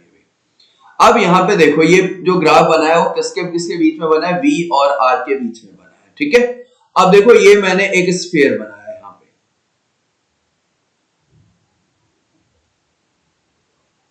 ठीक है, ये है सेंटर। तो ये यहां से लेके यहां तक सरफेस तक ये जो हमारा पोटेंशियल होगा वो तो कांस्टेंट ही रहेगा, तो वो भी देखो बिल्कुल सीधी लाइन से रिप्रेजेंट कर दिया। और सबसे ज्यादा पोटेंशियल कहां मिलेगा, तो सबसे ज्यादा पोटेंशियल तुम्हारा यही होगा, V equals to K Q by capital R is the radius, यहां पे मिलेगा। और उसके बाद क्या हो जाता है, उसके बाद हो जाता है V equals to K Q upon में स्मॉल r, यानी V is inversely proportional to distance. तो ये ग्राफ तुम्हारा इस तरीके से नीचे गिरने लग जाता है विद रिस्पेक्ट टू डिस्टेंस। क्यों? क्योंकि पोटेंशियल डिक्रीज होता है विद रिस्पेक्ट टू डिस्टेंस। तो ये ग्राफ भी ध्यान रखना। नेक्स्ट है तुम्हारा पोटेंशियल एनर्जी। अब ये इलेक्ट्रिक पोटेंशियल एनर्जी क्या होता है, इसको भी देखो। इलेक्ट्रिक पोटेंशियल एनर्जी, देखो जहां भी एनर्जी वर्ड आ जाए तो समझ जाना कोई ना कोई वर्क की बात ही हो रही है। यानी जो हम काम करते हैं ना, वो काम ही उस बॉडी के अंदर एनर्जी के फॉर्म में स्टोर होती है। यानी कि जो हमारा वर्क है, work is stored in the form of energy in that body. ठीक है, जो काम है वही एनर्जी के फॉर्म में स्टोर्ड होती है बॉडी के। यानी इलेक्ट्रिक पोटेंशियल एनर्जी भी कोई ना कोई एक वर्क है। अब वो कौन सा वर्क है उसको ध्यान से समझो। मान लो कि यहां ये इन्फिनिटी पे कोई पॉइंट इन्फिनिटी है यहाँ पे, और यहाँ पे बहुत सारे चार्जेस रखे हुए, Q1 है, Q2 है, Q3 है, ठीक है, ऐसे बहुत सारे चार्जेस रखे हुए, ठीक है। और यहाँ पे कुछ पॉइंट कंसीडर कर रहा हूं मैं, एक पॉइंट है A, एक पॉइंट है B और एक पॉइंट है C, ठीक है। सबसे पहले तुम Q1 को उठा के लेके आए A से कहां पे, सॉरी इन्फिनिटी से कहां, A पॉइंट पे, और लाके तुमने रख दिया। A पॉइंट को लाने के लिए तुम्हें कोई काम करने की जरूरत नहीं है। क्यों नहीं है? इसलिए नहीं है क्योंकि यहाँ पे कोई एक्सटर्नल फोर्स नहीं है जो इसे रिपेल कर रहा है, तो तुम्हें कोई काम करने की जरूरत नहीं है। तुम Q1 को छोड़ोगे अपने आप आ जाएगा। लेकिन अब जब तुम Q2 को लेके आओगे ना B पॉइंट पे, तो तुम्हें काम करना पड़ेगा, ठीक है। क्या करना पड़ेगा? काम करना पड़ेगा। क्यों? क्योंकि अब जैसे जैसे Q2 आएगा वैसे वैसे Q1 इसे क्या करेगा? रिपेल करेगा। रिपल्सिव फोर्स लगना स्टार्ट हो गया। जब Q1 आ रहा था तो वहां पे इसको रिपेल करने वाला कोई चार्ज था ही नहीं, इनिशियली वहां कोई चार्ज नहीं था, इसलिए तुम्हें कोई काम करना नहीं पड़ा। लेकिन जब तुम Q2 को उठा के लेके आओगे ना इस B पॉइंट पे, तो तुम्हें काम करना पड़ेगा, ठीक है। बात आई समझ में? तो तुम्हें एक काम करना पड़ रहा है इसको उठा के लेके आने के लिए B पॉइंट पे। और जब Q3 को लेके आओगे C पॉइंट पे, तो भी तुम्हें और काम करना पड़ेगा। क्यों? क्योंकि अब यहाँ Q2 भी आ चुका है और Q1 भी है, दोनों मिलके उसे रिपेल करेंगे, तो और काम करना पड़ रहा है। तो एक इन्फिनिटी से उठा के जब तुम किसी पॉइंट पे चार्ज को लेके आ रहे हो अगेंस्ट एन इलेक्ट्रोस्टैटिक फोर्स, तो वहां पे तुम्हें काम करना पड़ रहा है। अब यही जो तुम काम कर रहे हो ना, वो उस बॉडी के अंदर एनर्जी के फॉर्म में स्टोर हो जाता है, और उसी को हम क्या कहते हैं? Electric potential energy. बात आई समझ में? यानी जो तुम काम कर रहे हो वही तुम्हारा क्या है? इलेक्ट्रिक पोटेंशियल एनर्जी, क्योंकि उस बॉडी के अंदर जो तुम्हारा काम है वो एनर्जी के फॉर्म में स्टोर हो गया। क्लियर? चलो यहाँ पे कुछ स्टेटमेंट लिखा है, इसको पढ़ते हैं। क्या कह रहा है? ये कह रहा है electric potential energy of a system of point charge may be defined as the amount of work done in assembling the charge at their location by bringing them in from infinity। यानी infinity से किसी point तक लाने के लिए तुम जितना भी काम कर रहे हो, that work will stored in a form of energy which is called electric potential energy। Clear? ठीक है। तो वर्क का फॉर्मूला क्या होता है? तो वर्क का फॉर्मूला होता है पोटेंशियल इनटू में चार्ज। होता है क्या? पोटेंशियल को किससे मल्टीप्लाई कर दो? चार्ज से मल्टीप्लाई कर दो, यू विल गेट वर्क। और यही जो वर्क है यही हमारा क्या है? पोटेंशियल एनर्जी है। बात आई समझ में? ठीक है। अब ध्यान से समझना, मेरी बात बहुत इंपॉर्टेंट है। अब ए जो Q1 चार्ज था वो आ चुका है, तो Q1 चार्ज की वजह से तुम्हें बी पॉइंट पे एक पोटेंशियल मिलेगा जिसे मैंने कहा बी। ठीक है, इस Q1 चार्ज की वजह से बी पॉइंट पे मुझे एक पोटेंशियल मिल रहा है, वो क्या मिल रहा है? बी मिल रहा है। अब तुम यहां से किस चार्ज को उठा के लेके आ रहे हो? Q2 को लेके आ रहे हो। तो इस v को किससे मल्टीप्लाई कर दो? Q2 से मल्टीप्लाई कर दो। तुम्हें ये वाला जो वर्क है इसे W1 मान लो, तो ये W1 मिल जाएगा और यही W1 तुम्हें क्या दे देगा? पोटेंशियल एनर्जी दे देगा। क्लियर? तो जो तुम्हारा वर्क है वही पोटेंशियल एनर्जी के बराबर है। और वर्क कैसे निकालोगे? जिस पॉइंट पे तुम चार्ज को लेके आ रहे हो उस पॉइंट पे टोटल पोटेंशियल निकाल दो और उसको किससे मल्टीप्लाई कर दो भाई? Q से, यानी चार्ज से मल्टीप्लाई कर दो। अब C पॉइंट है, तो C पॉइंट पे जो पोटेंशियल मिलेगा वो Q1 की वजह से भी मिलेगा और Q2 की वजह से मिलेगा। तो C पॉइंट पे टोटल पोटेंशियल क्या आएगा भाई?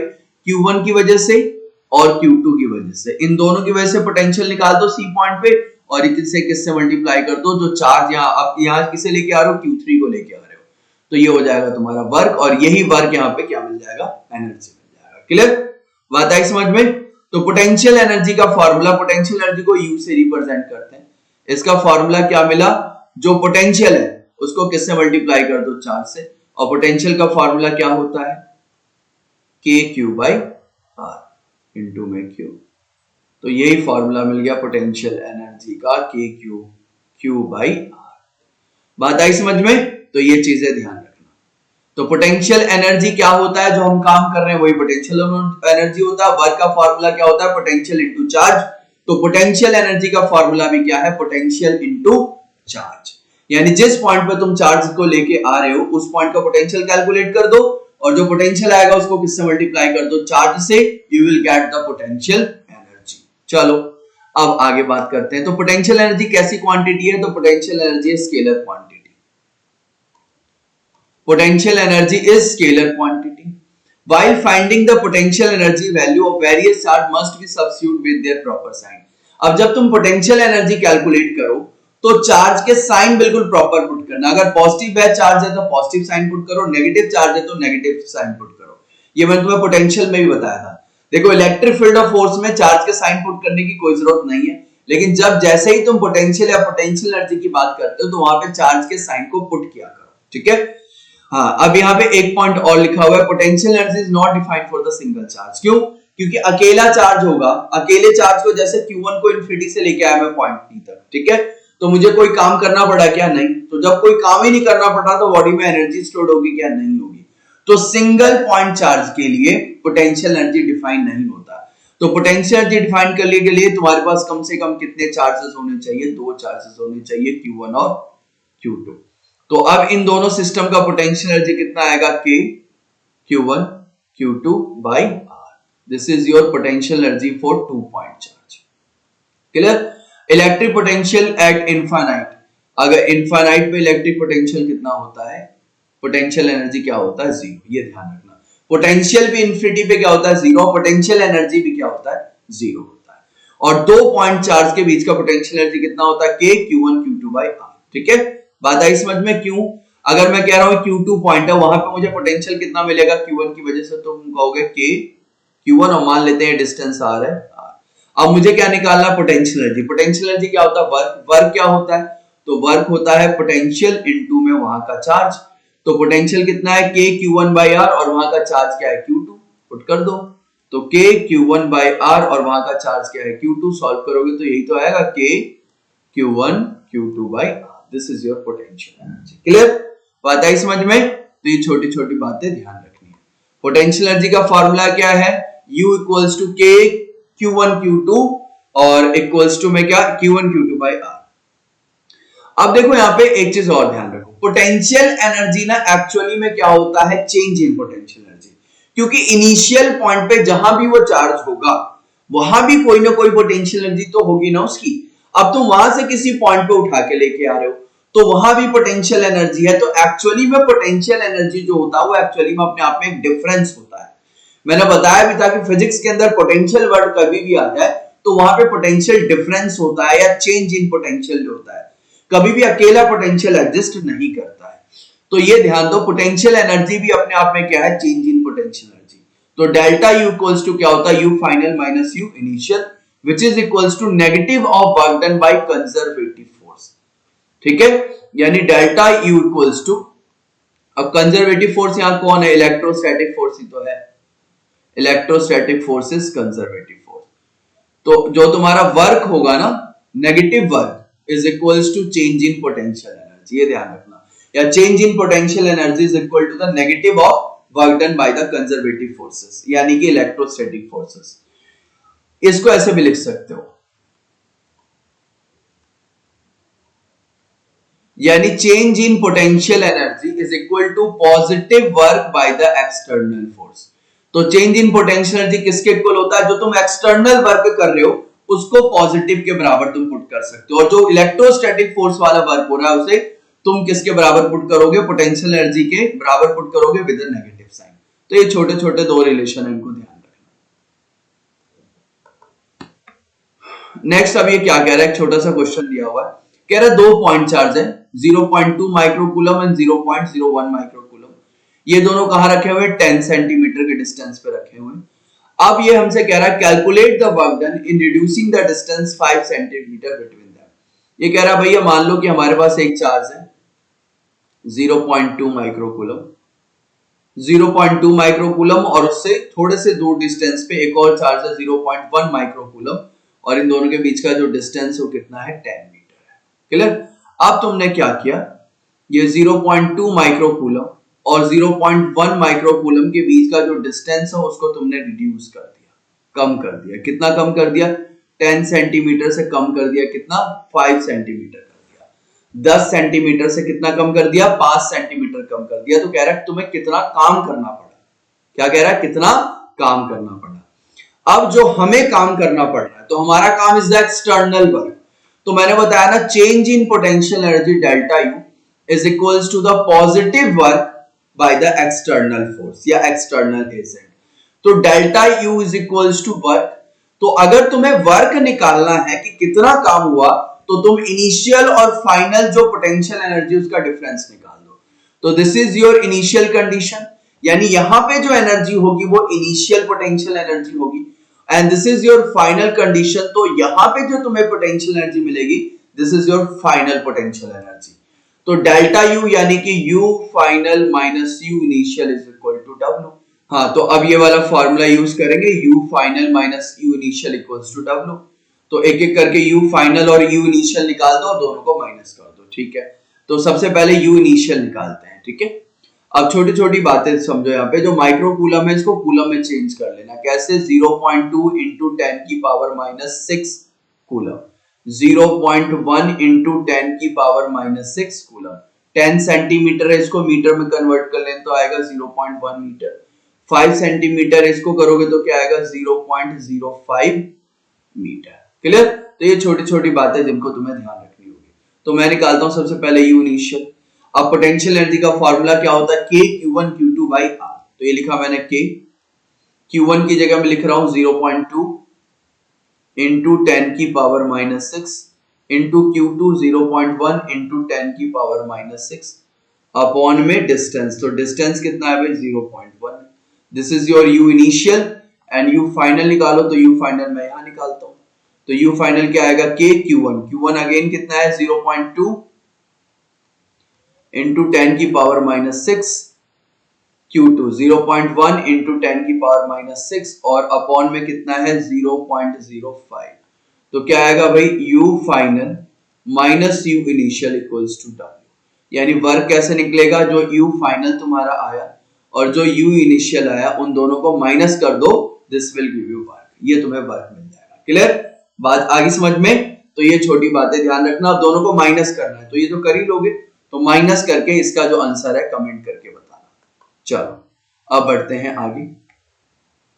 अब तुम्हें यहाँ पे दिख रहा होगा एक ट्रायंगल, और ट्रायंगल के तीनों वर्टिसेस पे चार्ज रखे हुए Q1, Q2 और Q3। तो हमसे क्या पूछ रहा है, find the net potential energy of the system. तो अगर यहां देखोगे तो दो चार्ज के कितने सिस्टम बन गए, तीन बन गए क्या। एक बना तुम्हारा Q1 और Q3 के बीच में, एक बना तुम्हारा Q1 और Q2 के बीच में, और एक बना Q2 और Q3 के बीच में। तो एक पोटेंशियल एनर्जी तुम्हें इन दोनों के बीच में मिलेगी क्या, Q1 और Q3।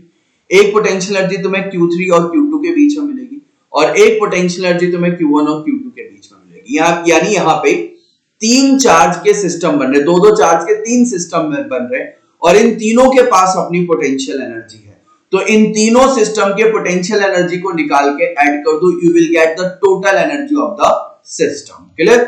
मान लेते हैं ये इक्विलैटरल ट्रायंगल है, तो इक्विलैटरल ट्रायंगल है तो तीनों साइड सेम क्या है, आर। तो मान लेते हैं भाई ये जो है वो पहला टू चार्ज सिस्टम, ये दूसरा टू चार्ज सिस्टम, और ये तीसरा टू चार्ज सिस्टम। तो तुम्हें यू टोटल निकालना है सिस्टम, तो क्या करोगे, U1 plus U2 plus U3 करो फटाफट से। तो U total equals to U1 क्या आएगा, U1 है तुम्हारा ये रहा Q1 और Q3 के बीच का, तो K Q1 Q3 by R। U2 क्या होगा, K Q1 Q2 by R, और ये क्या आएगा, K Q2 Q3 by R। This is your U total. बात आगे क्या समझ में, क्लियर है। चलो अब और आगे बढ़ते हैं थोड़ा। नेक्स्ट हमारा क्या है, नेक्स्ट हमारे पास अब यहाँ पे एक स्क्वायर दे दिया है। तो अब ये स्क्वायर के पास जो हमारा टोटल पोटेंशियल एनर्जी वो पूछ रहा है। तो यहाँ पे कितने टू चार्ज सिस्टम बनेंगे, तो यहाँ पे कितने बनेंगे, ध्यान से समझना। मान लो ये मैंने इसको माना 1, ये प्लस Q और ये प्लस Q, इनके बीच में एक पोटेंशियल एनर्जी होगा। इसको मैंने माना 2, तो ये वाला जो प्लस Q दिख रहा है तुम्हें और ये प्लस Q, इनके बीच में एक पोटेंशियल एनर्जी होगा टू चार्ज सिस्टम की वजह से। इसको मैंने माना 3rd, तो एक इन दोनों के बीच में होगा, ये वाला प्लस Q और एक इन दोनों के बीच में होगा, ये हो गया चार्ज। तो चार्ज टू चार्ज सिस्टम तो तुम्हें अलोंग द वर्टिसेस दिख रहे हैं। एक पोटेंशियल एनर्जी डायगोनल यहाँ पे होगा, और एक पोटेंशियल एनर्जी तुम्हें डायगोनल पे जो ये दो चार्ज दिख रहे हैं उनकी वजह से होगा। तो यहाँ पे जो तुम्हें टोटल पोटेंशियल एनर्जी है वो 6 टू चार्ज सिस्टम है उनकी वजह से मिलेगी, यानी U1 plus U2 plus U3 plus U4 U5 और U6। तो U1 से लेके U4 तक ये तो सारे के सारे सेम ही है। क्यों, क्योंकि देखो चार्ज भी Q Q Q Q और सारे के सारे डिस्टेंस भी सेम क्योंकि स्क्वायर है। तो U टोटल में डायरेक्ट ऐसे निकाल दूं क्या, ध्यान से देखना। U1 U2 U3 U4 ये सेम है, तो 4 into K Q into Q square upon में डिस्टेंस कितना है S का स्क्वायर, प्लस U5 और U6 देखो, U5 तुम्हारा ये है डायगोनल वाला 5 और 6, तो 5 कितना हो जाएगा K Q यानी Q स्क्वायर, और डायगोनल क्या होता है √2 टाइम ऑफ द साइड यानी √2s, और ये भी क्या हो जाएगा U6 भी डायगोनल है तो K Q square into √2s। अब इनको सॉल्व कर देना, you will get the total potential energy of the system. चलो अब थोड़ा और आगे बढ़े। नेक्स्ट है तुम्हारा potential energy of a dipole in uniform electric field. एक हमारे पास एक यूनिफॉर्म इलेक्ट्रिक फील्ड दिया हुआ है, और उस यूनिफॉर्म इलेक्ट्रिक फील्ड के अंदर तुमने एक डायपोल को रख दिया है, ठीक है। जैसे ये डायग्राम देखो, ये तुम्हारा -Q चार्ज दिख रहा है क्या, और यहाँ +Q चार्ज रखा हुआ है, और इसे इलेक्ट्रिक फील्ड के साथ एक एंगल थीटा बनाते हुए रखा गया है। तो ये +Q चार्ज के ऊपर इस डायरेक्शन में फोर्स लगेगा QE, -Q चार्ज के ऊपर इस डायरेक्शन में फोर्स लगेगा -QE। ये जो दोनों फोर्स लग रहे हैं ऑब्वियसली दोनों इक्वल एंड ऑपोजिट है, दोनों QE लग रहे हैं और दोनों ऑपोजिट डायरेक्शन में, इधर लग रहा है कि इधर लग रहा है। लेकिन ये जो इक्वल एंड ऑपोजिट फोर्स है, इन दोनों फोर्स का लाइन ऑफ एक्शन क्या है, अलग है। यानी मान लो इस तरीके का अगर हमारा डायपोल है, तो एक के ऊपर फोर्स इस डायरेक्शन में लग रहा है, दूसरे के ऊपर इस डायरेक्शन में लग रहा है, तो एक टर्निंग इफेक्ट आएगा क्या, टर्निंग इफेक्ट का मतलब टॉर्क आ जाएगा यहाँ पे। और ये सेम चीज हमने समझी थी कहां पे, चार्ज एंड फील्ड में, टॉर्क वाले टॉपिक में, ठीक है। तो यहाँ पे एक टॉर्क आ जाएगा, ठीक है, यानी ये रोटेशन कुछ ऐसा स्टार्ट कर देगा इस तरीके से घूमना। तो इसके अगेंस्ट में अगर तुम एक काम कर रहे हो, इसके रोटेशन अगर इस डायरेक्शन में, इसके अगेंस्ट में तुम एक काम कर रहे हो, तो जो तुम्हारा काम है ना वो इस सिस्टम के अंदर एनर्जी के फॉर्म में स्टोर हो जाएगा, उसे क्या कहोगे तुम, पोटेंशियल एनर्जी। तो ये टॉपिक है potential energy of dipole in uniform electric field, यानी इस डायपोल में कितनी पोटेंशियल एनर्जी स्टोर्ड होगी अगर ये डायपोल कहां रखा हुआ है, एक यूनिफॉर्म इलेक्ट्रिक फील्ड में। तो ये चीज ध्यान रखना। अब पोटेंशियल एनर्जी का मतलब क्या है, वर्क का फॉर्मूला क्या होता है, फोर्स इनटू डिस्प्लेसमेंट, लेकिन क्योंकि यहाँ पे टर्निंग इफेक्ट आया तो फोर्स की जगह क्या आ जाएगा, टॉर्क, और डिस्प्लेसमेंट की जगह क्या आ जाएगा, एंगुलर डिस्प्लेसमेंट। एक छोटा सा डी थीटा डिस्प्लेसमेंट हुआ है, यानी ये इधर घूम रहा है तो इसके अगेंस्ट में तुमने एक छोटा सा डी थीटा डिस्प्लेसमेंट इधर किया है। क्लियर? तो वो ये टी इंटू डी थीटा। अब टी टॉर्क का फॉर्मूला क्या होता है, P E sine theta into D theta. अब इंटीग्रेशन कर दो। इंटीग्रेशन कहां से कहां कर दो, मान लो इनिशियल एंगल हमारा क्या है, थीटा 1, और फाइनल एंगल क्या है, थीटा 2। इनिशियल एंगल थीटा 1 और फाइनल एंगल कितना है भाई हमारा, थीटा 2। तो थीटा 1 से थीटा 2 इसे इंटीग्रेशन कर दो। तो थीटा 1 से थीटा 2 अगर इंटीग्रेशन करोगे तो क्या आ जाएगा, cos theta 1 minus cos theta 2। Clear? तो ये फॉर्मूला तुम्हें वर्क का मिला। तुम्हारा वर्क क्या होगा, P E cos theta 1 minus cos theta. ठीक है? और यही जो वर्क है, ये जो वर्क है, this work will store in a form of energy which is called potential energy. U equals to P E cos theta 1 minus cos theta 2। अब ध्यान दो, ये जो एनर्जी मैंने लिखा है ना, पोटेंशियल एनर्जी, ये अपने आप में चेंज होता है, यानी चेंज इन पोटेंशियल एनर्जी होता है। यानी ये जो डायपोल दिख रहा है तुम्हें, वो इनिशियली किसी पॉइंट पे होगा जिस पॉइंट पे इसकी कुछ ना कुछ एनर्जी होगी। अब उसके बाद किसी दूसरे पॉइंट पे आया जिस पॉइंट पे तुमने एनर्जी कैलकुलेट करी, तो यहां पे भी एक एनर्जी का डिफरेंस है, चेंज इन पोटेंशियल एनर्जी है। एक इनिशियल कंडीशन के अकॉर्डिंग हमारा जो इनिशियल थीटा है उसको हम 90 डिग्री पे मान लेते हैं। ठीक है? इनिशियली हम मान लेते हैं कि जो हमारा डायपोल था वो कहां है, 90 डिग्री पे है with respect to electric field. तो अगर तुम थीटा 1 की वैल्यू को 90 पुट कर दो तो cos 90 की वैल्यू क्या हो जाएगी, 0। तो जो तुम्हारा डेल्टा यू मिलेगा, चेंज इन पोटेंशियल एनर्जी मिलेगा, वो क्या मिलेगा, P E into minus cos theta 2, और थीटा 2 को मान लो थीटा। तो delta U is equals to क्या मिला, माइनस पीई cos थीटा। अब तुम्हें पता है कि cos थीटा हटता है तो क्या लगता है, डॉट लगता है, तो माइनस पी डॉट ई।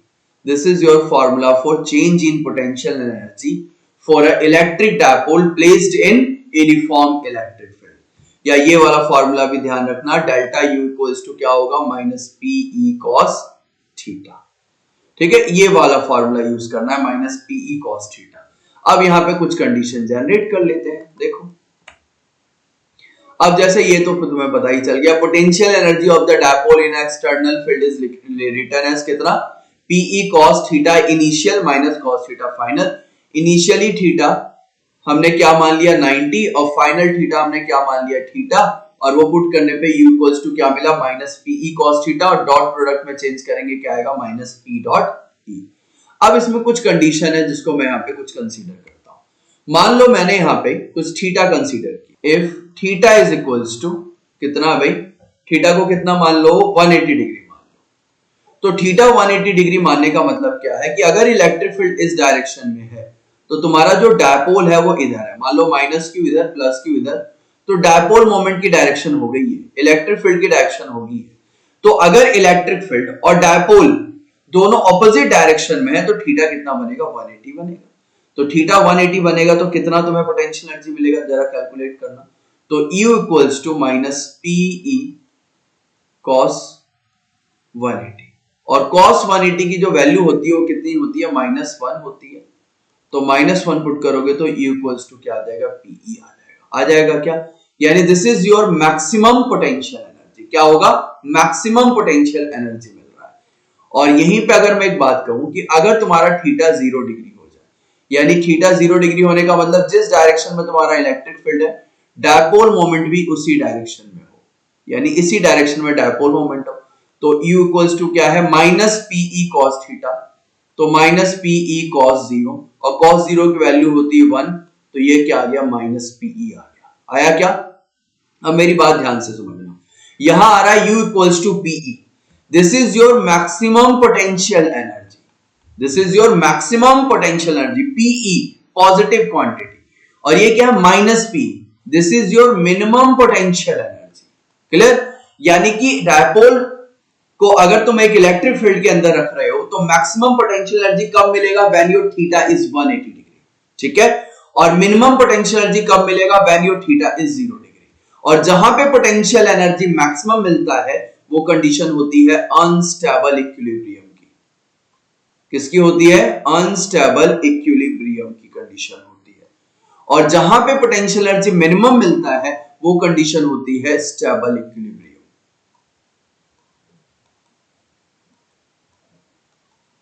किसकी होती है, स्टेबल इक्विलिब्रियम की। क्लियर। तो ये दो छोटी छोटी बातें हैं, इनको ध्यान रखना। एक और कंडीशन बनाते हैं जो जीरो एनर्जी की होती है, तो जीरो एनर्जी वाली भी कंडीशन देख लो। अच्छा ये तो हमने समझ ही लिया ना, ये डायग्राम में भी समझाया, स्टेबल इक्विलिब्रियम और अनस्टेबल इक्विलिब्रियम। तो स्टेबल इक्विलिब्रियम कब मिल रहा है, जब U equals to minus PE यानी कि मिनिमम पोटेंशियल एनर्जी मिला। और अनस्टेबल कब मिल रहा है, जब U इक्वल्स टू पीई यानी कि मैक्सिमम काइनेटिक एनर्जी मिला, ठीक है। अभी देखो इलेक्ट्रिक फील्ड इस डायरेक्शन में है, ठीक है, और तुम्हारा जो डायपोल मोमेंट है उसकी डायरेक्शन ये है, तो थीटा क्या बना, 180 डिग्री बना। और यहाँ देखो इलेक्ट्रिक फील्ड इस डायरेक्शन में और डायपोल मोमेंट भी इसी डायरेक्शन में है, तो थीटा क्या बना, 0 डिग्री बना। चलो एक और कंडीशन देखते हैं जीरो वाला। तो जीरो कब होगा, जब हमारा थीटा क्या हो जाए, 90 डिग्री हो जाए।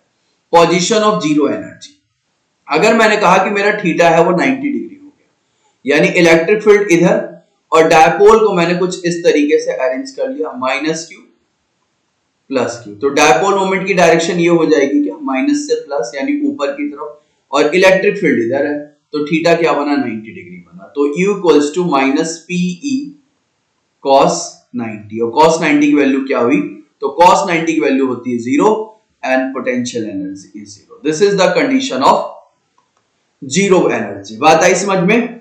तो ये हमारे कुछ पोटेंशियल वाले चैप्टर के कुछ टॉपिक थे जिसको आज हमने बहुत अच्छे से समझ लिया। तो आज हमने इलेक्ट्रिक पोटेंशियल चैप्टर को फिनिश कर दिया। इसके बाद जो हमारा नेक्स्ट चैप्टर है वो कैपेसिटर है। तो नेक्स्ट चैप्टर के अंदर हम कैपेसिटर के बारे में पढ़ने वाले हैं। आज के चैप्टर में हम इतना ही टॉपिक रख रहे हैं, यहीं तक रखते हैं, और ये हमने पूरे पोटेंशियल को बहुत अच्छे से कवर किया है। तो आज की क्लास में यहीं तक रखते हैं। अब आपको करना क्या है, आप लोगों को करना है ये जितने भी हमने टॉपिक, जितने भी कॉन्सेप्ट हमने पढ़े हैं, इसको बहुत अच्छे से रिवाइज करना है घर पे, इससे रिलेटेड क्वेश्चंस करने हैं। और अगर कोई क्वेश्चंस में डाउट हो तो आपको क्या करना है, आप कमेंट करके हमसे पूछ सकते हो। तो आज की क्लास में यहीं तक रखते हैं, तब तक के लिए बाय। और अगर आपको वीडियो अच्छी लगी हो, इंफॉर्मेटिव, इंटरेस्टिंग लगी हो, तो क्या करना है, वीडियो को लाइक करना है, चैनल को सब्सक्राइब करना है, और अपने दोस्तों के साथ, क्लासमेट्स के साथ ये वीडियो को शेयर भी करना है। तब तक के लिए बाय।